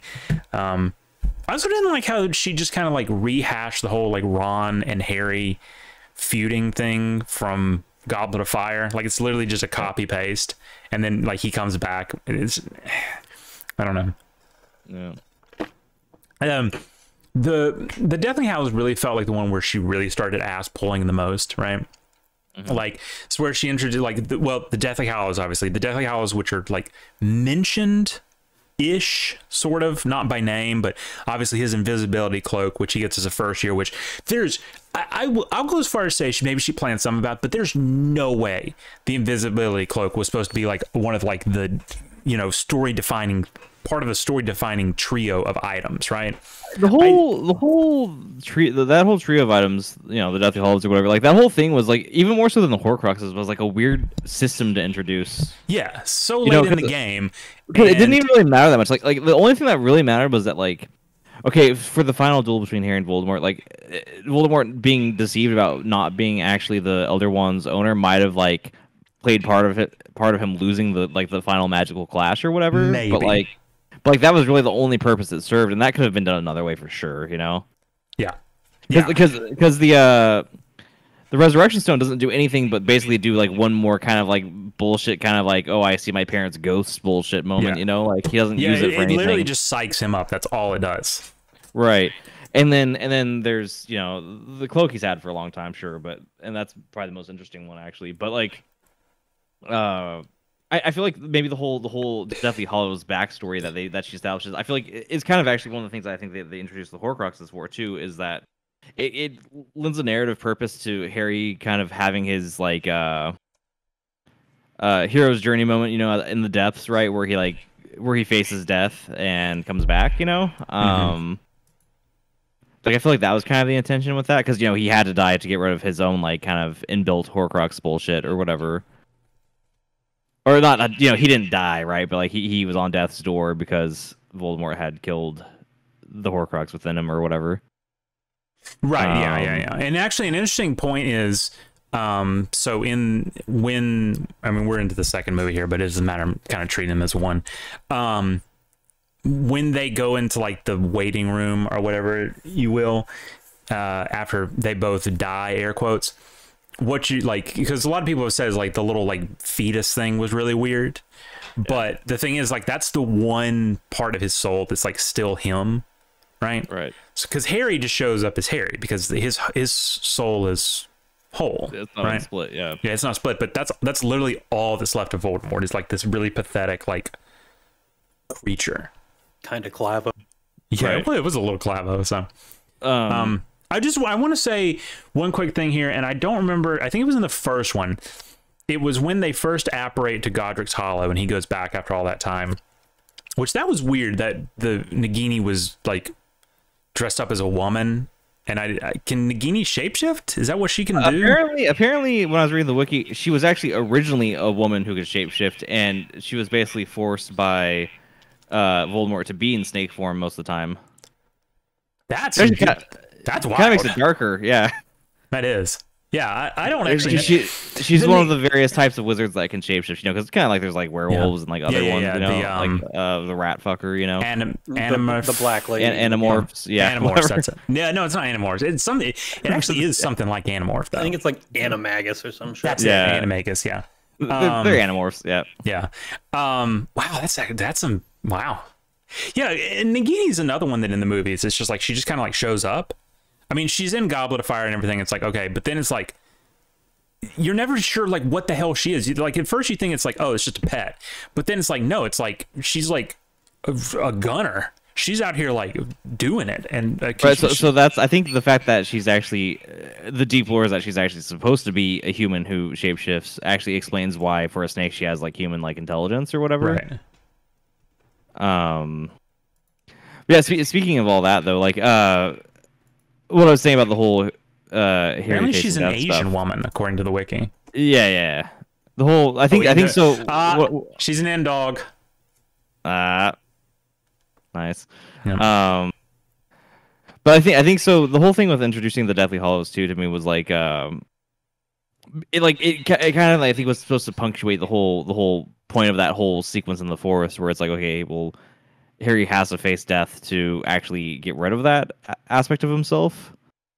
But it's like it's kind of a leap of faith, right? Because there's no knowing how the mechanic actually really works in practice, and then having had the Resurrection Stone and being the true master of the Elder Wand and possessing the Invisibility Cloak, it was kind of like I think technically at that point he was capable of being the Master of Death or whatever. But if he took that way out, right, he would have never been able to like do what he had to actually to get rid of Voldemort. So right, I think that was kind of the whole narrative beat they were going for, right? Even though it was kind of shoehorned in and like I think not very well telegraphed or like didn't really serve too much of a purpose beyond that. Right. I hate to go back to the Nagini thing, but apparently her whole thing is fleshed out in the prequel movies. She's apparently in those, so which I will be watching next week. Interesting. I'll be discussing those. So that's material that I'm not aware of, aside from what I read on the wiki. Yeah, but we'll get into that next week then. But yeah, and talking about how things just happen, like the last movie was the worst about it because like the first bit of the Battle of Hogwarts went hard, right? When it's like they put up the big shield and then like, you know, he destroys Ravenclaw's ring and then Voldemort's like, okay, I'm tired of playing around. He just like one-shots the shield that they've been bombarding for like an hour, which I thought was a real like Dumbledore's like it's a really good like reminder that it's like, oh right, this guy's like almost a literal like magical god. And then, yeah, the battle was extremely hype. But then, like, they retreated. And then that last section, like, everything just kind of happens, right? It just happens. And he goes in the forest, dies, comes back. Even, like, the bit where it's, like, they come back and it's like, haha, Harry Potter's dead. Like, that just it just happens. There's not a lot of weight to it. And there's not a lot of, I don't know, it was just all very underwhelming. And I don't, like I said, I don't know what it's like in the book, but it almost feels like one of those things where she's like, I have to finish this book. Right. So like I said, I feel like the movies and her books would have been done a lot better if they hadn't locked them into the one, like the first 2 books, even the first 3 books, right? The first 3 books as a trilogy are like very good children's books, right? Right. And it isn't until obviously Goblet of Fire that things get like super duper dark. Right. So those 3, but after that, like everything should have been at least 2 books. Like she could have made these into like 15 books and it would have been fine. And then maybe then they would have never gotten made into movies. I don't know. Yeah, I feel like we would have had to possibly, if it was that drawn out, there's a very real possibility that maybe like she loses interest and doesn't finish them too. That's possible. That's possible. And frankly, at the pace she was, a bit of a Game of Thrones situation. Yeah. And frankly, at the pace she was going, I think she would still be releasing books now if she had done something like that. I don't know when Deathly Hallows came out, but it would have been a long time. But I don't know. The last movie was very underwhelming, my opinion. And then even like just the way it ends, it's like, okay, we beat him. The end. 19 years later. And it's like, what? You're not even gonna give us like the slideshow of like, this is what happened, like, you know, like the Fallout ending, you know. Fallout ending is just like a slideshow. It's like, this is what happened afterwards. No, it's just 19 years later, everything's fine, our kids are going to Hogwarts now. It's like, really? It's just kind of frustrating. I really liked the last movie, the Deathly Hallows the least. Right. I will say, because I can now legally say it, Emma Watson was fine as fuck in the last 3 movies. Wait, hold on. That is true. Hold on. I have to check. Hold on. Last 2. Blooded Prince, 2009. She was 19. She was fine as fuck in those last 3 movies. Right, so, right. Actually, when was Order of the Phoenix? It's a real shame what happened to her post movies, though. Yeah, a little bit, but I as a kid, obviously, I had a huge crush on her, and as a man, her not so much, and I obviously can't say a lot about her at that point legally, but right. I am glad that they like in the end she got with Ron, because like I don't really like Harry. I don't like Harry Potter that much. Wow, fucked up. I don't like. He's a whiny little bitch. He does suffer from the thing that like I think a lot of like anime like protagonists do, where like the main character actually can't be that interesting because they're just like a plot element, whereas like a lot of the time the side characters get more interesting defining qualities. Yeah. Just not a fan. So you know what we got to do now? We got to tier rank them. Yeah, I was gonna say that does lead to the conclusion that really what should happen is they should just adapt the entire Harry Potter series as anime. Yeah, I'm listening. And they don't leave stuff out that time. They actually cover everything. Yeah. Phoenix hitting us with that hydrate. Okay, I got water here. I'll drink. All right. So let's rank these. I'll rank these in order of the movies. So this also serves as a little bit of a summary over the past 2 weeks of me talking about the movies. So if you didn't watch 2 weeks ago episode, you'll get caught up on my thoughts. First off, we got what was this, Philosopher's Stone or Sorcerer's Stone. I never understood why it was different titles in the United States and everywhere else. Well, so the British one was Philosophers, right? And then in the US it was Sorcerers? Or... Yeah, which didn't make any sense. You would think it would be the other way around, because you would think like maybe Sorcerer wouldn't sell very well in America. I don't know, dude. Sorcerers are pretty sick. Yeah. Well, I had the impression that it like might have been that like they thought American children would be too fucking stupid to know what a philosopher is or something. That is extremely likely, and now that I think about it, that's the answer. So yeah, I think at that time at least, yeah, that's a solid point actually. So yeah, So Philosopher's Stone, obviously, this one was directed by Chris Columbus, who I am a huge Chris Columbus fan. You know, Home Alone is the greatest Christmas movie ever. I almost said Halloween. Which is actually funny because the first Harry Potter film does have like a Christmas movie energy to it, honestly. It does, and it feels like a Chris Columbus movie. The first two literally just feel like Home Alone Wizard Edition, which is what makes them great. However, I have to say the first one, because it has to spend so much time setting up the world, right? That it just feels very disjointed, and I gotta put it at B. Yeah, I also found the climax of that one kind of underwhelming, to be honest. Well, I mean, yeah, and because it was like her first one, and it was the one she was shopping around to try to get published. I feel like she even kind of wrote it like as a self-contained thing, right? Right. Because it's like, you know, he's defeated at the end. Yay, we win. And then after that, it's like, okay, well now I got to figure out the rest of this shit. So, like, it feels like a self-contained story. It's very good. On reviewing, because it is now 22 years old, it's aged well enough, but it's just so weird watching them as little kids. Like, it's just so strange. It is. Richard Harris, obviously, as Dumbledore, having watched the rest of him now, feels so weird. And I don't want to say it's fortuitous that he died, but Yeah. The second Dumbledore was so much he couldn't have done it, because Richard Harris was kind of already like an old man. I don't think what was the actor that took his place? Can't remember his name off the top of my head. I think they were like similar ages, but the second guy was way more spry than Richard Harris. Richard Harris was just a decrepit old man. Although, like, at the time, for what was released and what was known in the lore, I feel like he was the perfect Dumbledore. Michael Gambon. He played a good the first guy played a good version of Dumbledore. If you like think of Dumbledore as being like a fucking Santa Claus stand-in, again, to the Christmas movie stuff. Yeah. If Dumbledore hadn't have had to become a badass later on, which, again, this is one of those things I question heavily how much the movies impacted her writing. Right. Because obviously by the time the first two were out, I believe Goblet of Fire had just come out. So, and like we've said, Goblet of Fire was where everything began to turn to, like, there's now like a cohesive vision. So we may never know, and it's kind of pointless to speculate on it. So, but the first one works as such a good self-contained story, and it's a good movie. But you know, I just found the pacing weird. But other than that, it's a great kids movie. It's one of the greatest kids movies ever made. So, Sorcerer's Stone, Chamber of Secrets. Now, Chamber of Secrets, to me, that was my second favorite book. Like, that was the one that I really, really loved the most.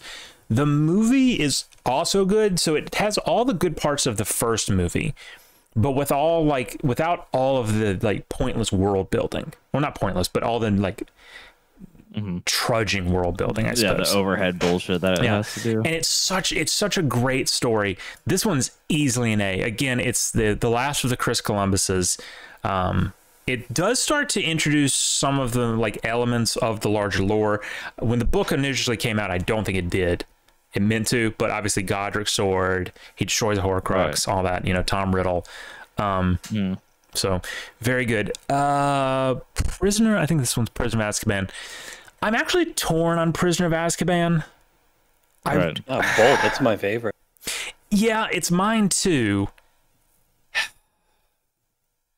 But there's just something holding me back, and I'm not sure what it is. Maybe it's just, you know, fuck it. S. It's S. Yeah. Azkaban is the perfect mix because it is, like I said, it's the last of the trilogy of what I consider the kids' movies. You know, it's kind of dark, but like no one actually really dies in it, I don't think. Right. No. It's a self-contained story. Voldemort doesn't even like factor into it really at all, kind of, which makes it kind of odd out of all the movies and the books. I feel like all the characters really on point for this one because they were at that point where it was like they're not really kids anymore, but they're not, you know, they're just getting into like teenage years. So it's like there's a lot of awkwardness, and it's still like kind of lighthearted and fun. This was the first non-Chris Columbus movie, of course, so there was a shift in like a visual shift. It was a lot less fanciful and whimsical, right? It was the color palette got a little bit darker and grayer, which I mean kind of reflected the change in what was coming up. So Right. yeah. Okay. Yeah. S. So that was definitely, as the book was also really good. Now, Goblet of Fire, I think is also S, honestly. Goblet of Fire was like, that was the one where the story started to come together. There was so much going on. Goblet of Fire could have been 2 movies as well, I think. Because there was a lot of there was a lot of stuff cut from it that didn't really build to the larger narrative of the series, but I felt like built the character so much. And obviously this is where it you know, Cho Chang gets introduced. You know, we're introduced to the larger wizarding world. You know, the Cho Chang. I can't get over that, man. That name makes me laugh every time now. You know, this is the beginning of this, the Quidditch World Cup. Like, we're introduced to the larger wizarding world, and it's done very well, right? It's done very well, and it really starts to give everything like a sense of scale, right? Because like the first 3 movies are 100% self-contained to Hogwarts, and you don't really get the feeling of beyond the castle of like how big everything is going on. And with this, it opens it up, and it's like, and again, this is where they start, because I mean, it's only been a couple of years, but you compare the actors in the first one to this one, and they're practically adults at this point, right? Even though I'm pretty sure they're only, Goblet of Fire was 2005, I think. They're only like 15 or something. So, yeah, really, really good. And of course, this is the first one where someone dies. This gets very dark. It gets very, very dark. So I think the whole arc of that one, though, like I remember reading it and even watching it, like the whole arc of that movie is just like kind of very successfully kind of like epic in scope too. I feel like it's also very suspenseful. You're reading the whole thing, you're like, holy shit, is he actually gonna die? The whole like hedge maze. Oh god, into the Voldemort stuff, very intense. Very intense.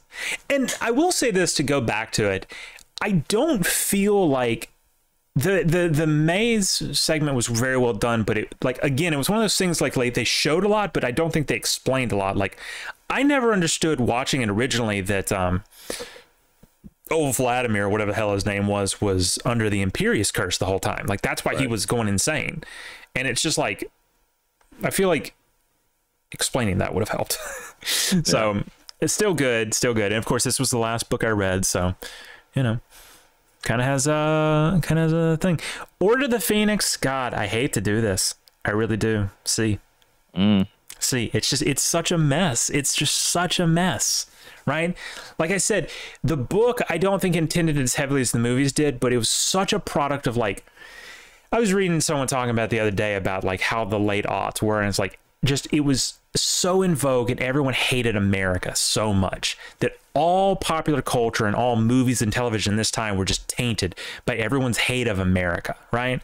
So that's why it feels like Dolores Umbridge feels like a commentary on American politics in 2007, and that's just so cringe. And I realize, sure, yeah, I guess, but not really. I don't know. I hated how they were always in the room requirement. I hated Cho Chang. I hated all of it. It just, every bit of it sucked. It was just a terrible fucking movie, and I hated it. Except the Battle of the Ministry. That was the only redeeming part of it. Was this, Luna wasn't introduced in this one, was she? She was. Yeah, I think she started getting a pretty big role.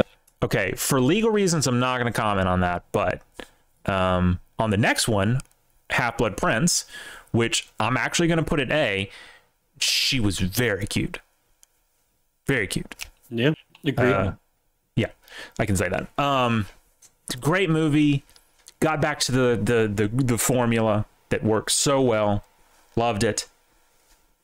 I just talked about it a minute ago. I'm not going to rehash it. So, right. I think this is part 1 right here. Part 1, I'm going to put it B, but it's like a B++, right? I think there was a bit of a pacing issue with it. There was story issues, obviously, that go back to the books with, you know, some ass pullery and stuff. But I wanted to make a point here, and this goes unmentioned a lot, but there is a very interesting reveal in Deathly Hallows Part 1. I don't know if it's in the book, but it's in the movies, when they apparate to Godric's Hollow, and everyone is in the chapel celebrating Christmas, right? Yeah. On the stained glass and everything is Jesus and the 4 disciples who the books of the New Testament are named after, which is the implication that wizards do believe in our Lord and Savior Jesus Christ. Based. Very base. So a little bit of trivia there for you. Yeah. So, and then the last one, I don't know what to do with this last one. Like, obviously it's the climax, right? But I go back to something I talked about 2 weeks ago, and I said, I'm not looking forward to this being over because it's going to fuck me up. Because when I get into something, like even just Lord of the Rings, which is only 3 movies long, although to be fair, they're like 10 hours apiece. The extended and editions. To be fair, the end of Lord of the Rings. Oh God, no! I will start crying. I will start crying. Don't even. Holy shit, dude! When he steps on that fucking boat, I lose it every single time. Yeah. Every single when he gives that look to Sam, and it's like I'm not going back. Oh my! I'm gonna start crying. I'm gonna start crying. Yeah, watching it in theaters as a kid was like probably the only time I've actually cried in theaters. To be honest. I've mentioned this, and this is a non-open fact. I saw Return of the King in theaters 11 times. No joke. Every time, because I was 13, 14. I don't know when it came out. Let's actually look. Return of the King, 2003. Yeah, the end of 2003. So I was 13, about to be 14. Every time, obviously I can't drive yet, so I still have to go places with my parents. Every time we would go to a mall, instead of like having to be dragged along, it was just like go to the movie. And every single, even like when I would go with like my whole family, like me and my dad would go watch it while my mom would. And so yeah, I saw it like 11 times across like 4 different theaters. It was great. Greatest movie of all time, I think. Not the point though. But yeah. Sure.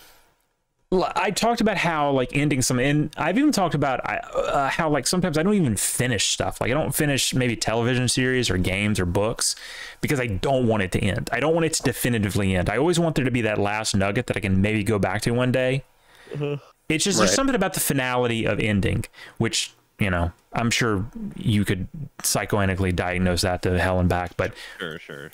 Anyway, point is, this movie kind of didn't stick the landing for me with that. So I walked away with it and I was like, oh, okay, well, that's over. So C+. Tough scene. I didn't intend for this to be so uniform, for there to be 2 in S, A, B, and C. Oh, but it works out. Yeah, that's how it's worked out. I mean, an argument could be made for the part 2 to be a low, like a B- or something. Right. But I just feel like an argument could be made for Order of the Phoenix to be a D as well. No, because it's still a good movie. And like I said, the Battle of the Ministry pulls it up. It's definitely a C- as well. It would be okay. Let me put it this way: if it ended any other way other than the Battle of the Ministry, because it's so great, and like in the books, I don't know if it's that epic, but like it's just so good. That bit where he like shatters all the glass, right, and then he sends like the jagged shards, but then called him fucking Gandalf again. Dumbledore puts up the shield and like just turns into like a hazy mist of glass.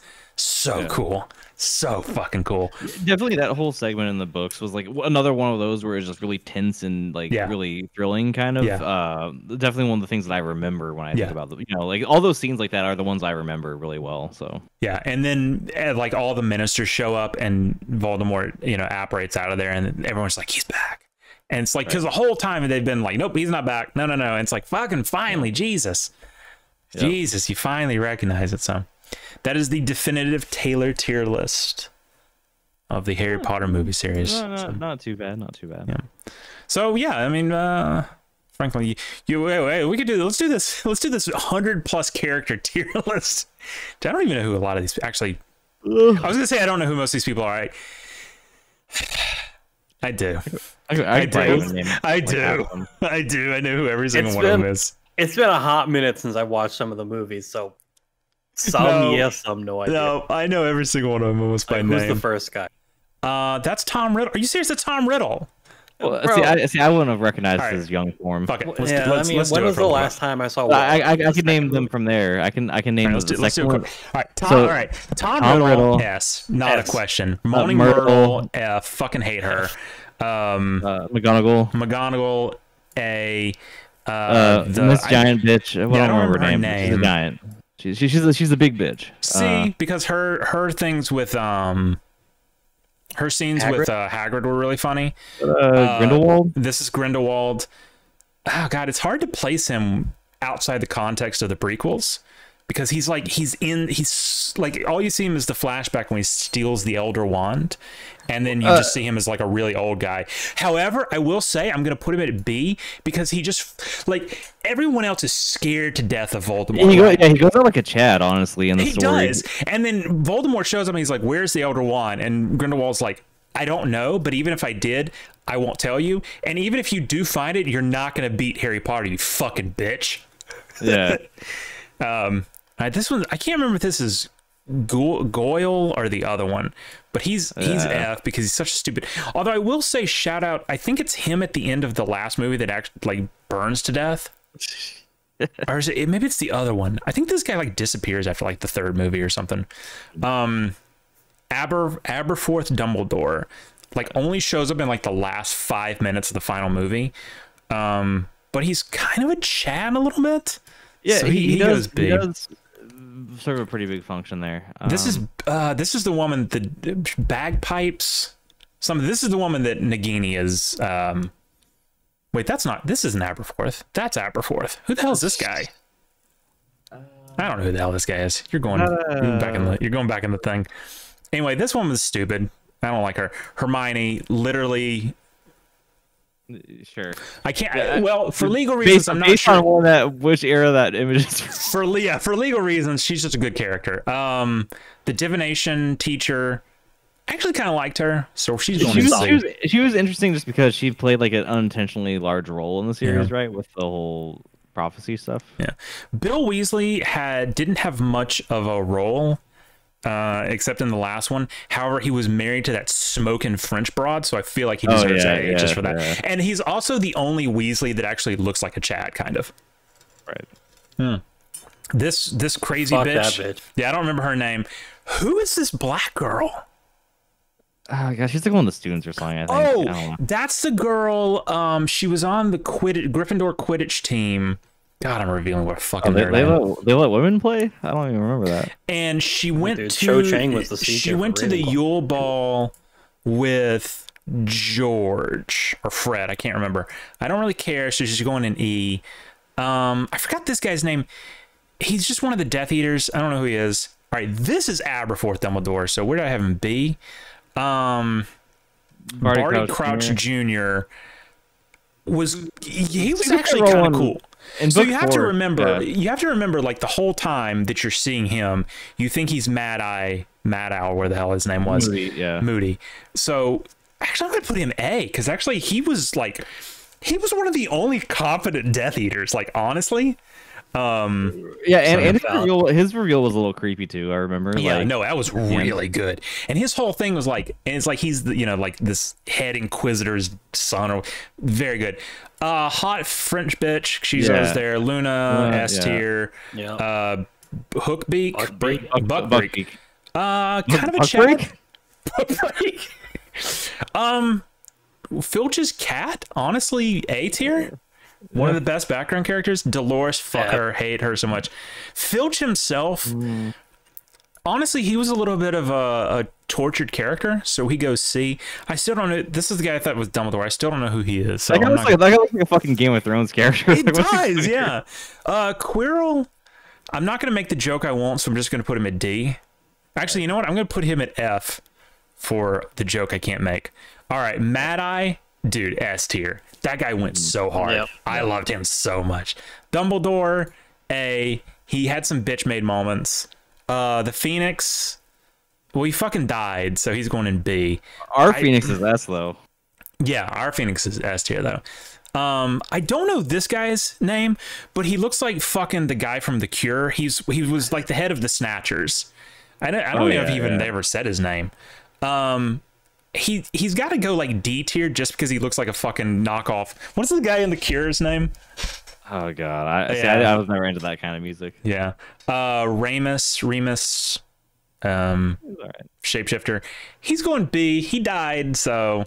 Oh god, no! This little dude, the little annoying guy in Chamber of the Secrets that was always taking pictures of Harry. No, he goes there. The Quidditch. What about the Indian girl? You just. I have no idea who she is, so I'm skipping her. I have no idea what the Quidditch lady's name was, but she's C. The nurse, whose name I don't know. E, because she's literally. She was also mostly in the second movie, I think. Yeah. Bellatrix. Bellatrix Lestrange. God, this is conflicting. This is a hard one. Would you? Robert Smith, Phoenix. Robert Smith. That's it. Yeah, the Cure. So for Bellatrix, would you though? No. Yeah, 100%. I 100%. I super would. 100%. Upper A, man. Like she's so crazy, but he's one of the cooler bad guys in the series, in my opinion. Wait, so. Isn't this Bill Weasley? I don't know. All these redheads look the same to me. I'm just gonna leave that. Okay, Cho Chang, you're E, you're F. I hate you so much. Oh, this fuck! I don't remember his name, but this fuckboy that was hitting on Hermione in Bad Blood, no, Half Blood Prince. I put him at D. It was kind of funny how he kept getting owned all the time. Yeah. This was the sister. Of the French girl. I'm not putting her D. That's where it dropped. This one's little sister. She's kind of a background character. On looks, I'm sure she could go higher, but yeah, you know. I mean, she's a child. Yeah, so. she was literally 11. So. Well, Jesus. Okay. Well, yeah. You know. Yeah. I thought she was the same age as her sister. No. So that's awkward. So we're just gonna put that one back in the pile and move on. I'm gonna say something controversial. That's not very controversial. Draco S tier. Ginny. Oh man, I'm so conflicted on her. All right, so on the one hand, I like redheads. I like Ginny. But on the other hand, I once dated a girl named Ginny, and she was a bitch. B tier. Wow. I forgot who. Okay, so this guy was like one of the adoring fans of Harry and Order of the Phoenix, and I could have sworn him and the little guy from Chamber of Secrets were the same kid. I literally thought, are these not the same character? No idea. Okay, I'm gonna put him there then. Professor Snigglewarp. I don't know his name. Okay. Yeah, he's pretty good. B. He had that cool little bit in Order of the Phoenix. So, this was Draco's other toady. He was at least a little bit more competent, so he's going up there. Fucking Dobby. Literally, he needs his own tier. Really, I kind of didn't like him that much, but Ollivander. Ooh, how do we feel about Ollivander? He's a wand guy. Yeah, he was good in the first one, but then in the I'm just gonna put a C. I mean, he's just kind of there. Nagini, because I found out she's a hot Asian girl, is going in S tier. Hagrid, S tier, because he's like an ultimate bro. I have no idea who this guy is, so he's just staying there. I feel like that's that same person again, just older. I think it is. I forgot this woman's name, but she was the squib that lived across from the Dursleys. She was kind of cool, so she's going C. This guy, okay, Lou. Oh God, what was this guy's name? It was something like, it sounded like a fan fiction name. Like his last name was like Dire Grey Wolf or something. He was a werewolf or an animagus or something. I don't think he had a single line in any of the movies. He's going hit D. I hated him. Minister of Magic Fudge. He was kind of an asshole, but he was okay. So he's going in D. Who is this woman? Dude, I legitimately have no idea. Based on the picture, she was from like one of the first two, but I have no clue who she is. Barty Crouch Sr. He was kind of a Chad, so he's going to B. Slughorn is A. Sirius is S. Is this a crossdresser? No, who is this? I don't know, bro. Is that like one of the portraits? Maybe. We're just gonna leave her there. I forgot this guy's name, and he was only in like the Deathly Hallows, the first one, so we're just gonna skip him. I don't know who that is. Oh, I hated this guy. He was like a fucking Romanian guy or something. I forgot his name. He was the one that stole the Horcrux. I'm gonna leave him there. This guy looks like an AI generated picture of what Tom Cruise would have looked like at Hogwarts. So I don't know who the fuck that is. Hot take, Narcissa Malfoy. S, wow. Because she's big mommy mode, dude. What was this guy's name? He was the one like Krug or some shit. Krug, yeah, the Quidditch player. He was kind of cool, but he did get Imperial Curse, so he's going in C. I have no idea who that is. I have no idea who that is. I thought it was the teacher that got Imperial Curse, whatever. I have no idea who this is. This is Luna Lovegood's dad. He was kind of a hippie, so he's going in E. Creature was, I hated Creature. He goes in F. Oh, I know who these two. Okay, same person. No. They're twins. They're twins. But you're right. I think it is the same picture for both of them. They were the twins that Ron and Harry took to the Yule Ball. So I don't give a shit about them. So they're staying there. This guy whose name escapes me, he was the Minister of Magic. He was literally in the movie for like 2 minutes before he fucking died. So he's going over there with Luna Lovegood's dad. Fred? Fred's kind of a baller. So where's George? I'm going to throw George in there too. It's third row second. Okay. Fred and George are both A tier. Yeah, one of them died, but he's still a Chad. So Cedric Diggory. He died. He did die. Like Edward from Twilight. He was, but he was kind of a cool guy. So he's upper B. Then again, he was also Batman. He was. Upper B. Hedwig, best girl. Voldemort. Man, I'm conflicted on Voldemort, bro. He was kind of a loser compared to like the Tom Riddle character. All right. So yeah. All right. So hold on. Let's walk through this. So yeah, let's separate the Tom Riddle. He also got owned by like a kid. So. Yeah, multiple kids actually. So let's separate Tom Riddle from Voldemort. So Voldemort, obviously, let's say he started like during the first Wizarding War. Okay, so he was kind of a Chad in that, but then he got owned by a baby, right? So that's one mark against him. All right, then he like is non-corporeal for a while. Then he's living on the back of a dude's head, which is super cringe and I honestly kind of gay. Honestly gay. So then he actually comes back, murders a kid, then gets killed, like stalemated by a kid and his dead relatives. Then spends a bunch of movies like just like owning people who didn't even really fight back. You know what? He fucking sucks. He's going in mid C. Voldemort sucks. I disagree. I feel like he was kind of a lame villain. Okay, so I forgot this dwarf's name. He's the... Nah, bro, well, first of all, he's a goblin, dude. Yeah, that's what I meant. Sorry, and goblin. All goblins are S tier. No, this guy was a fuckboy because he betrayed them after they went into Bellatrix Lestrange's vault. So yeah, that's a classic goblin activity. That's true, but I feel like he's a pretty good character. I'm gonna put him in low B, right behind Jenny, where he belongs. Kingsley, honestly, Kingsley went hard. He's upper T, A tier. He was pretty cool.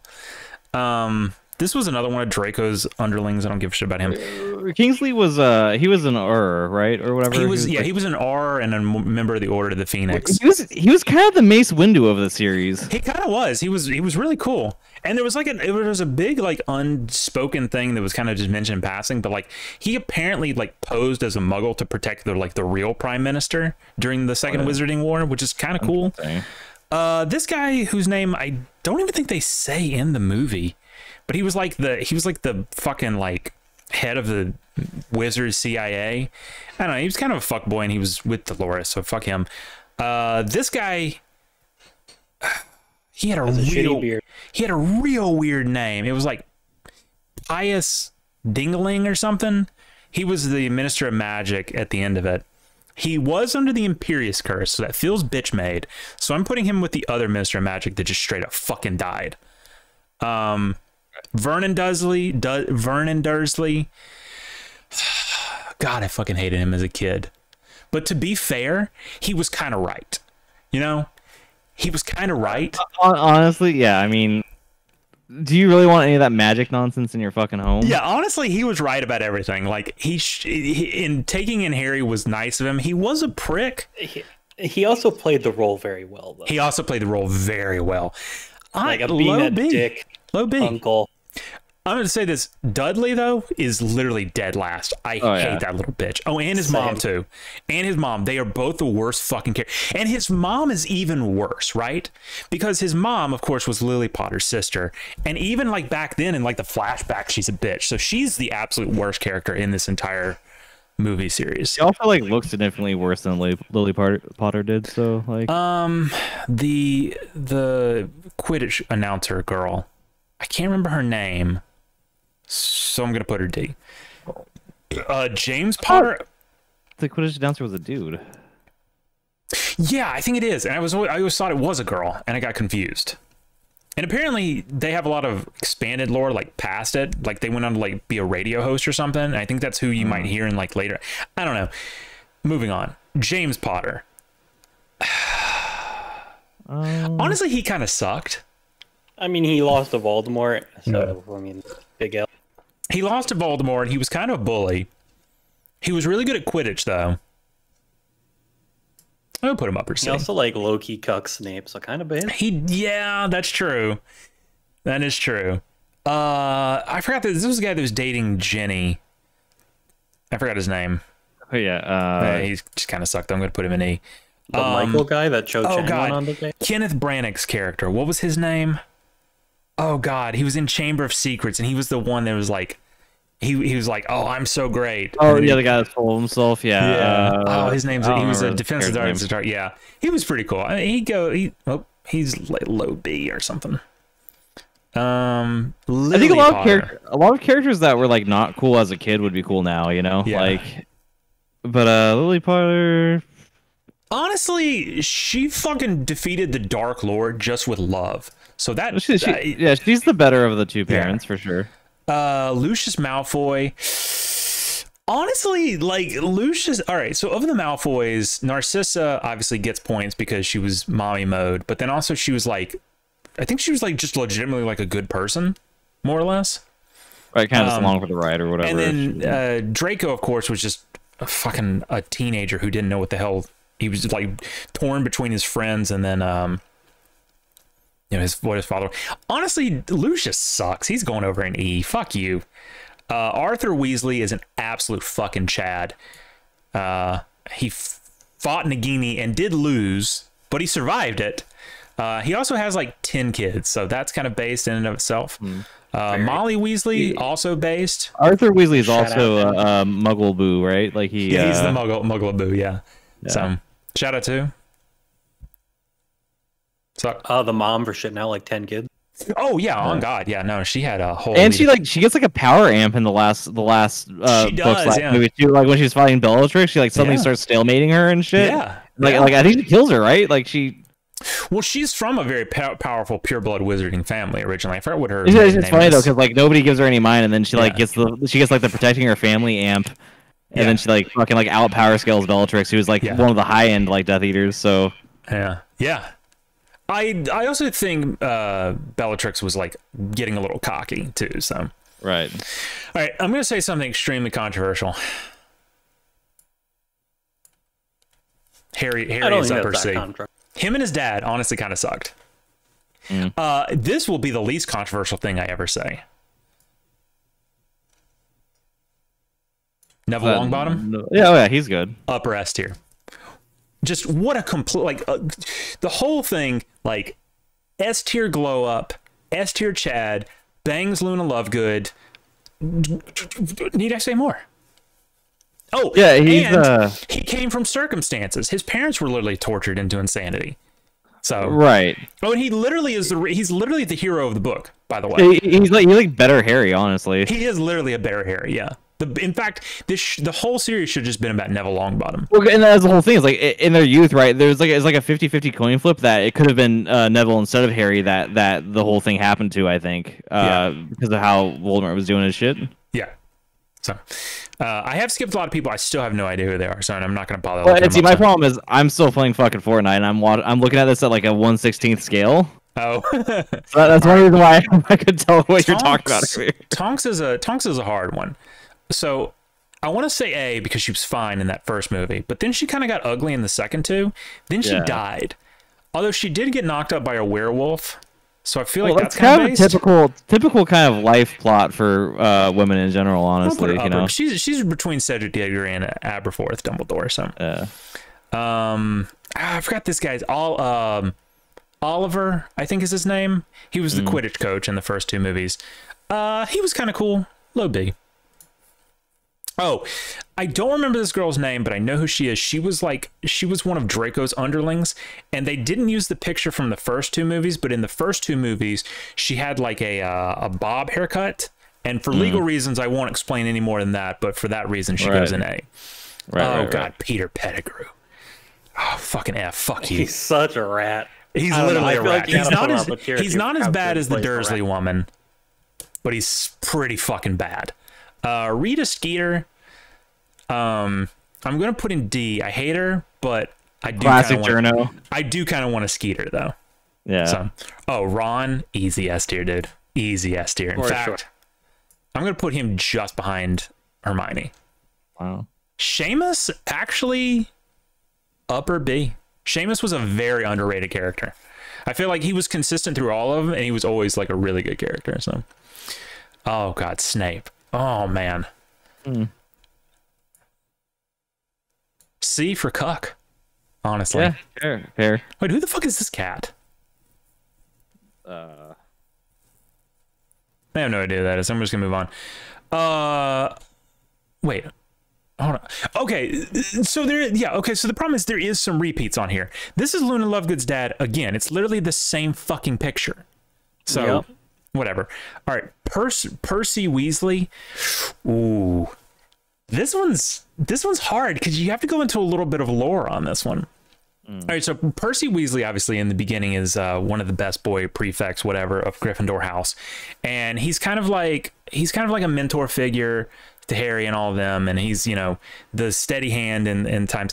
However, it's not really mentioned, and he's only in the background later on. But like, he graduates, I think, in their 3rd year, and he goes to work for the Ministry. So when he shows up again in the 5th movie, he's literally just a Ministry lackey. In fact, he's the one that like apprehends Harry at some point, and it causes this huge rift between him and the rest of his family. Honestly, D tier. You don't families before everything else, man. So I forgot this guy's name. He was the headmaster of the Russian wizarding school. He was a Death Eater too. He literally just shows up in the 4th movie. But he is kind of a Chad. Wasn't his thing that he was like an ex-Death Eater or something? He was an ex-Death Eater, and his whole thing was when he was on trial after the first Wizarding War, he claimed that he was Imperious Cursed. So they brought him from Azkaban, and he was the one that snitched on Barty Crouch Jr. So that's what granted him his clemency. And then he went on to be the headmaster of the, you know, Borscht and Vodka Wizarding School or whatever. Yep. So, yeah, not really an interesting character. Fang, absolute fucking S tier. He is a coward though, so A tier. And then I don't know who the rest of those characters are, and some of them are duplicates. So, I would actually be. It's the last character. Luna's. That's Luna's dad again for some reason. I don't know who this girl is. Oh no! This is the girl that in Half-Blood Prince tried to love potion Harry. That's her. So she's going F because that's bitch made. Yeah, problematic, honestly. This girl was the one that got cursed by the necklace in Half-Blood Prince on the way back from Hogsmeade. So E tier, how are you gonna get cursed? LOL, like literally just don't get cursed. I still want to know who this guy is that kind of looks like Aberforth but isn't. And who the hell is I don't know. I think the bottom row like pulled back hair redhead or something there, 4th from she's a Death Eater, I think. Maybe. I think I could be wrong, but and she's eating to death. Yeah. Okay, so yeah, this woman, so this woman and this woman I think were paintings, but neither of them are the fat lady. So I don't really know. I don't know. So anyway, this is the definitive tier list of Harry Potter characters. Do not argue it. It is definitive. So, all right. Well, that was fun. And that was... Oh, we had one more little thing to talk about with the fucking Olympic esports. What the fuck? Yeah. You linked this, Succ. What the hell is this? So, the Olympics announced they're doing some of the esports bullshit now as well. Is it going to be part of the Except, games in 2024? Or is it I just don't like a know separate thing? I don't know if it's going to be part of the games or not, but like when you think esports, you don't really think like sports games. No. Let me find this line. Yeah, that's the way. So yeah, so let me clarify here for a second for anyone confused. Sorry, we're not saying that CS:GO, League of Legends, Dota are going to become Olympic sports. It's literally sports games based around the Olympic sports that are going to be the games. So here's the list. We have archery, in which the game will be tic-tac-bow. Never heard of that before. It like literally, some of these sound like Flash games. Baseball is that japped out like chibi baseball game, which that's cool. By kind the way, of based. That is very based. Whatever. Yeah. Chess is just being done on chess.com. Chess is an esport apparently. Yeah, well, it is not. It all kind of sounds like something like a fucking boomer who still thinks video games are like the same as when they came on floppy disks. Well, you say that, but literally, like the website for it's something when they're explaining it, and like one of them says something about like level up, and it's like, really? Yeah. Well, like I want to pop off on this chess one a bit because, like, why is chess an esport when they can literally just do it in person, and it's the same exact thing? I don't know. It's so fucked. And then they have cycling, which is being done via Zwift, which who know what the fuck knows what Zwift is. Like, I'm gonna look it up. Okay. Zwift. That sounds made up. It appears to be some sort of Peloton-like thing. So, like, it's a bike you have on your home, but I guess it's like has a video game built into it. So again, I don't know about that one. Then dance, they got fucking Just Dance is now an Olympic esport. Jeez, this sounds like a shit post.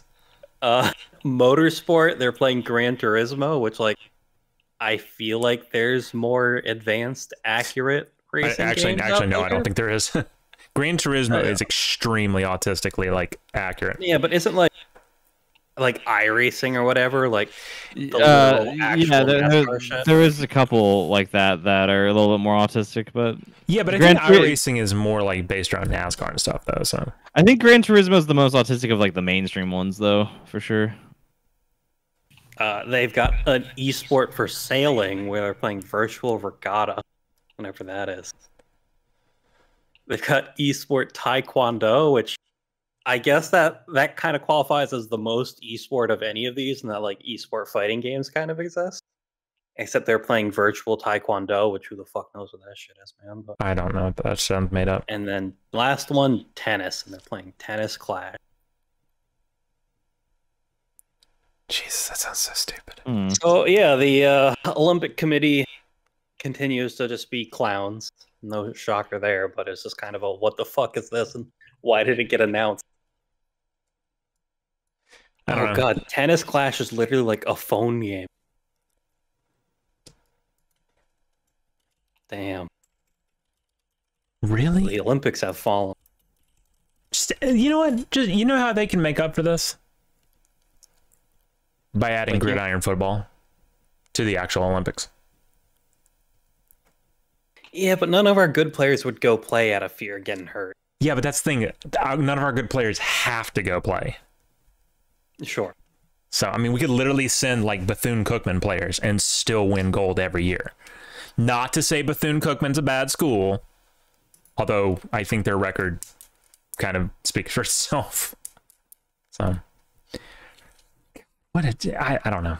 I don't know. And I think that is a bizarre enough fucking story to end on. So, well, it is bizarre. There's one more thing. There's the Overwatch One Punch Man collab. Oh yeah, I didn't have it on my thing actually. I might actually have to log into Overwatch for that because I'm a little curious. Is it out? Is it out right now? No idea. Do I have Overwatch installed? I do. It needs to update though. Oh no. I've got to update. This will take all night long. Oh no. Oh, that's terrible. It's already done. Oh wait, no, it's not done. It hasn't even started. Ironically, ironically at this point, I think the main bottleneck might actually just be my computer. Right. To a certain point, right? Well, there's a point where, yeah, your internals will be the bottleneck for sure. Yeah. I'll use this as a... like it comes on March 7th. Oh, well, I'm updating for no reason then. All right. Well, hey, if we're talking video game news, new Guild Wars 2 living story starting. Who? Yeah, you know, for the people who still play that. All 10 of them? And the lore reason for these outfits is their cosplay, because they're fans of the characters.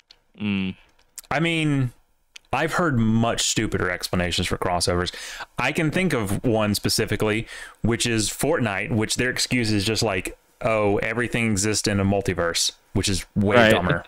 Yeah. So, well, that's why it's so fucking silly, though, is because like they don't even make an effort to really make it make sense. Yeah, well, yeah, kind of works. Hey, but also Warframe news. Duviri's coming out in April. Who? The big next update that we've been waiting on. Who? Okay, you know the trailer that had the Drifter doing the whole thing with the big worm guy? Who? Okay, you know what I'm talking about. Who? I'm not doing this. Okay, good call, actually. Yeah, no, I mean that's kind of cool. I mean, I haven't played Warframe in so long that I'm. Well, Rev was looking good as well. So she was like she's in a blonde phase right now. So yeah, that's what I'm saying. So, all right. Anything else? I'm trying to think if there's anything else. I mean, I could bust open the map and we could be here for another 4 hours. So yeah, I could. No. Yeah. Oh, okay. I like it. It's funny because it's like, you know, every time we run out of things to talk about, it's just like, you know, there's always the map option. And it's just like it sits there as a big red button, and if we're ever worried, we just gotta slap that button and pull up the map and we can talk about it. Which, honestly, to be fair, is, I mean, it's pretty interesting, but you know, can't go to that well every single time. Sure. I'm gonna exit Fortnite and update my.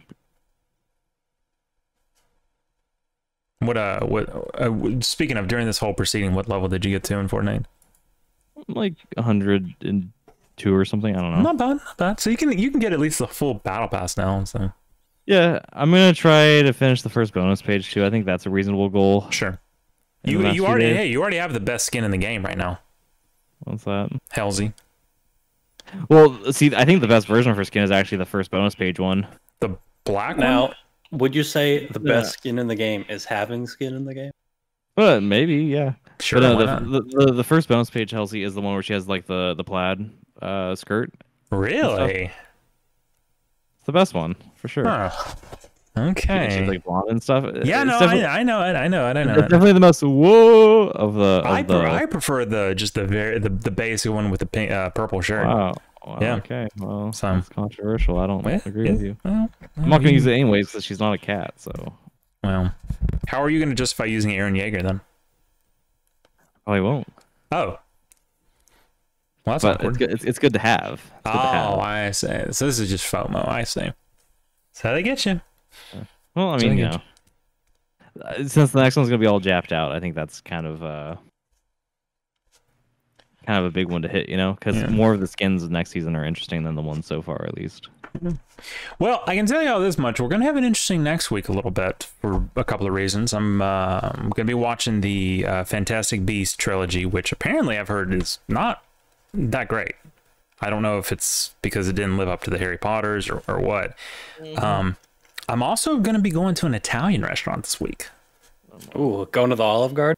No, to an actual like Italian place. So like Fazoli? Yeah, it's something like that. It's called Mimo's.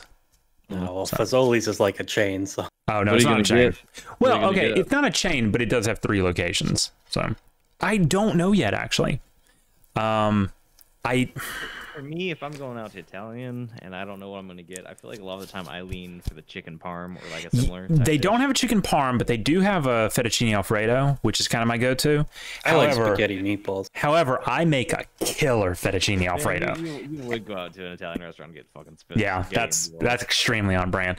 They also have really good breadsticks and garlic bread.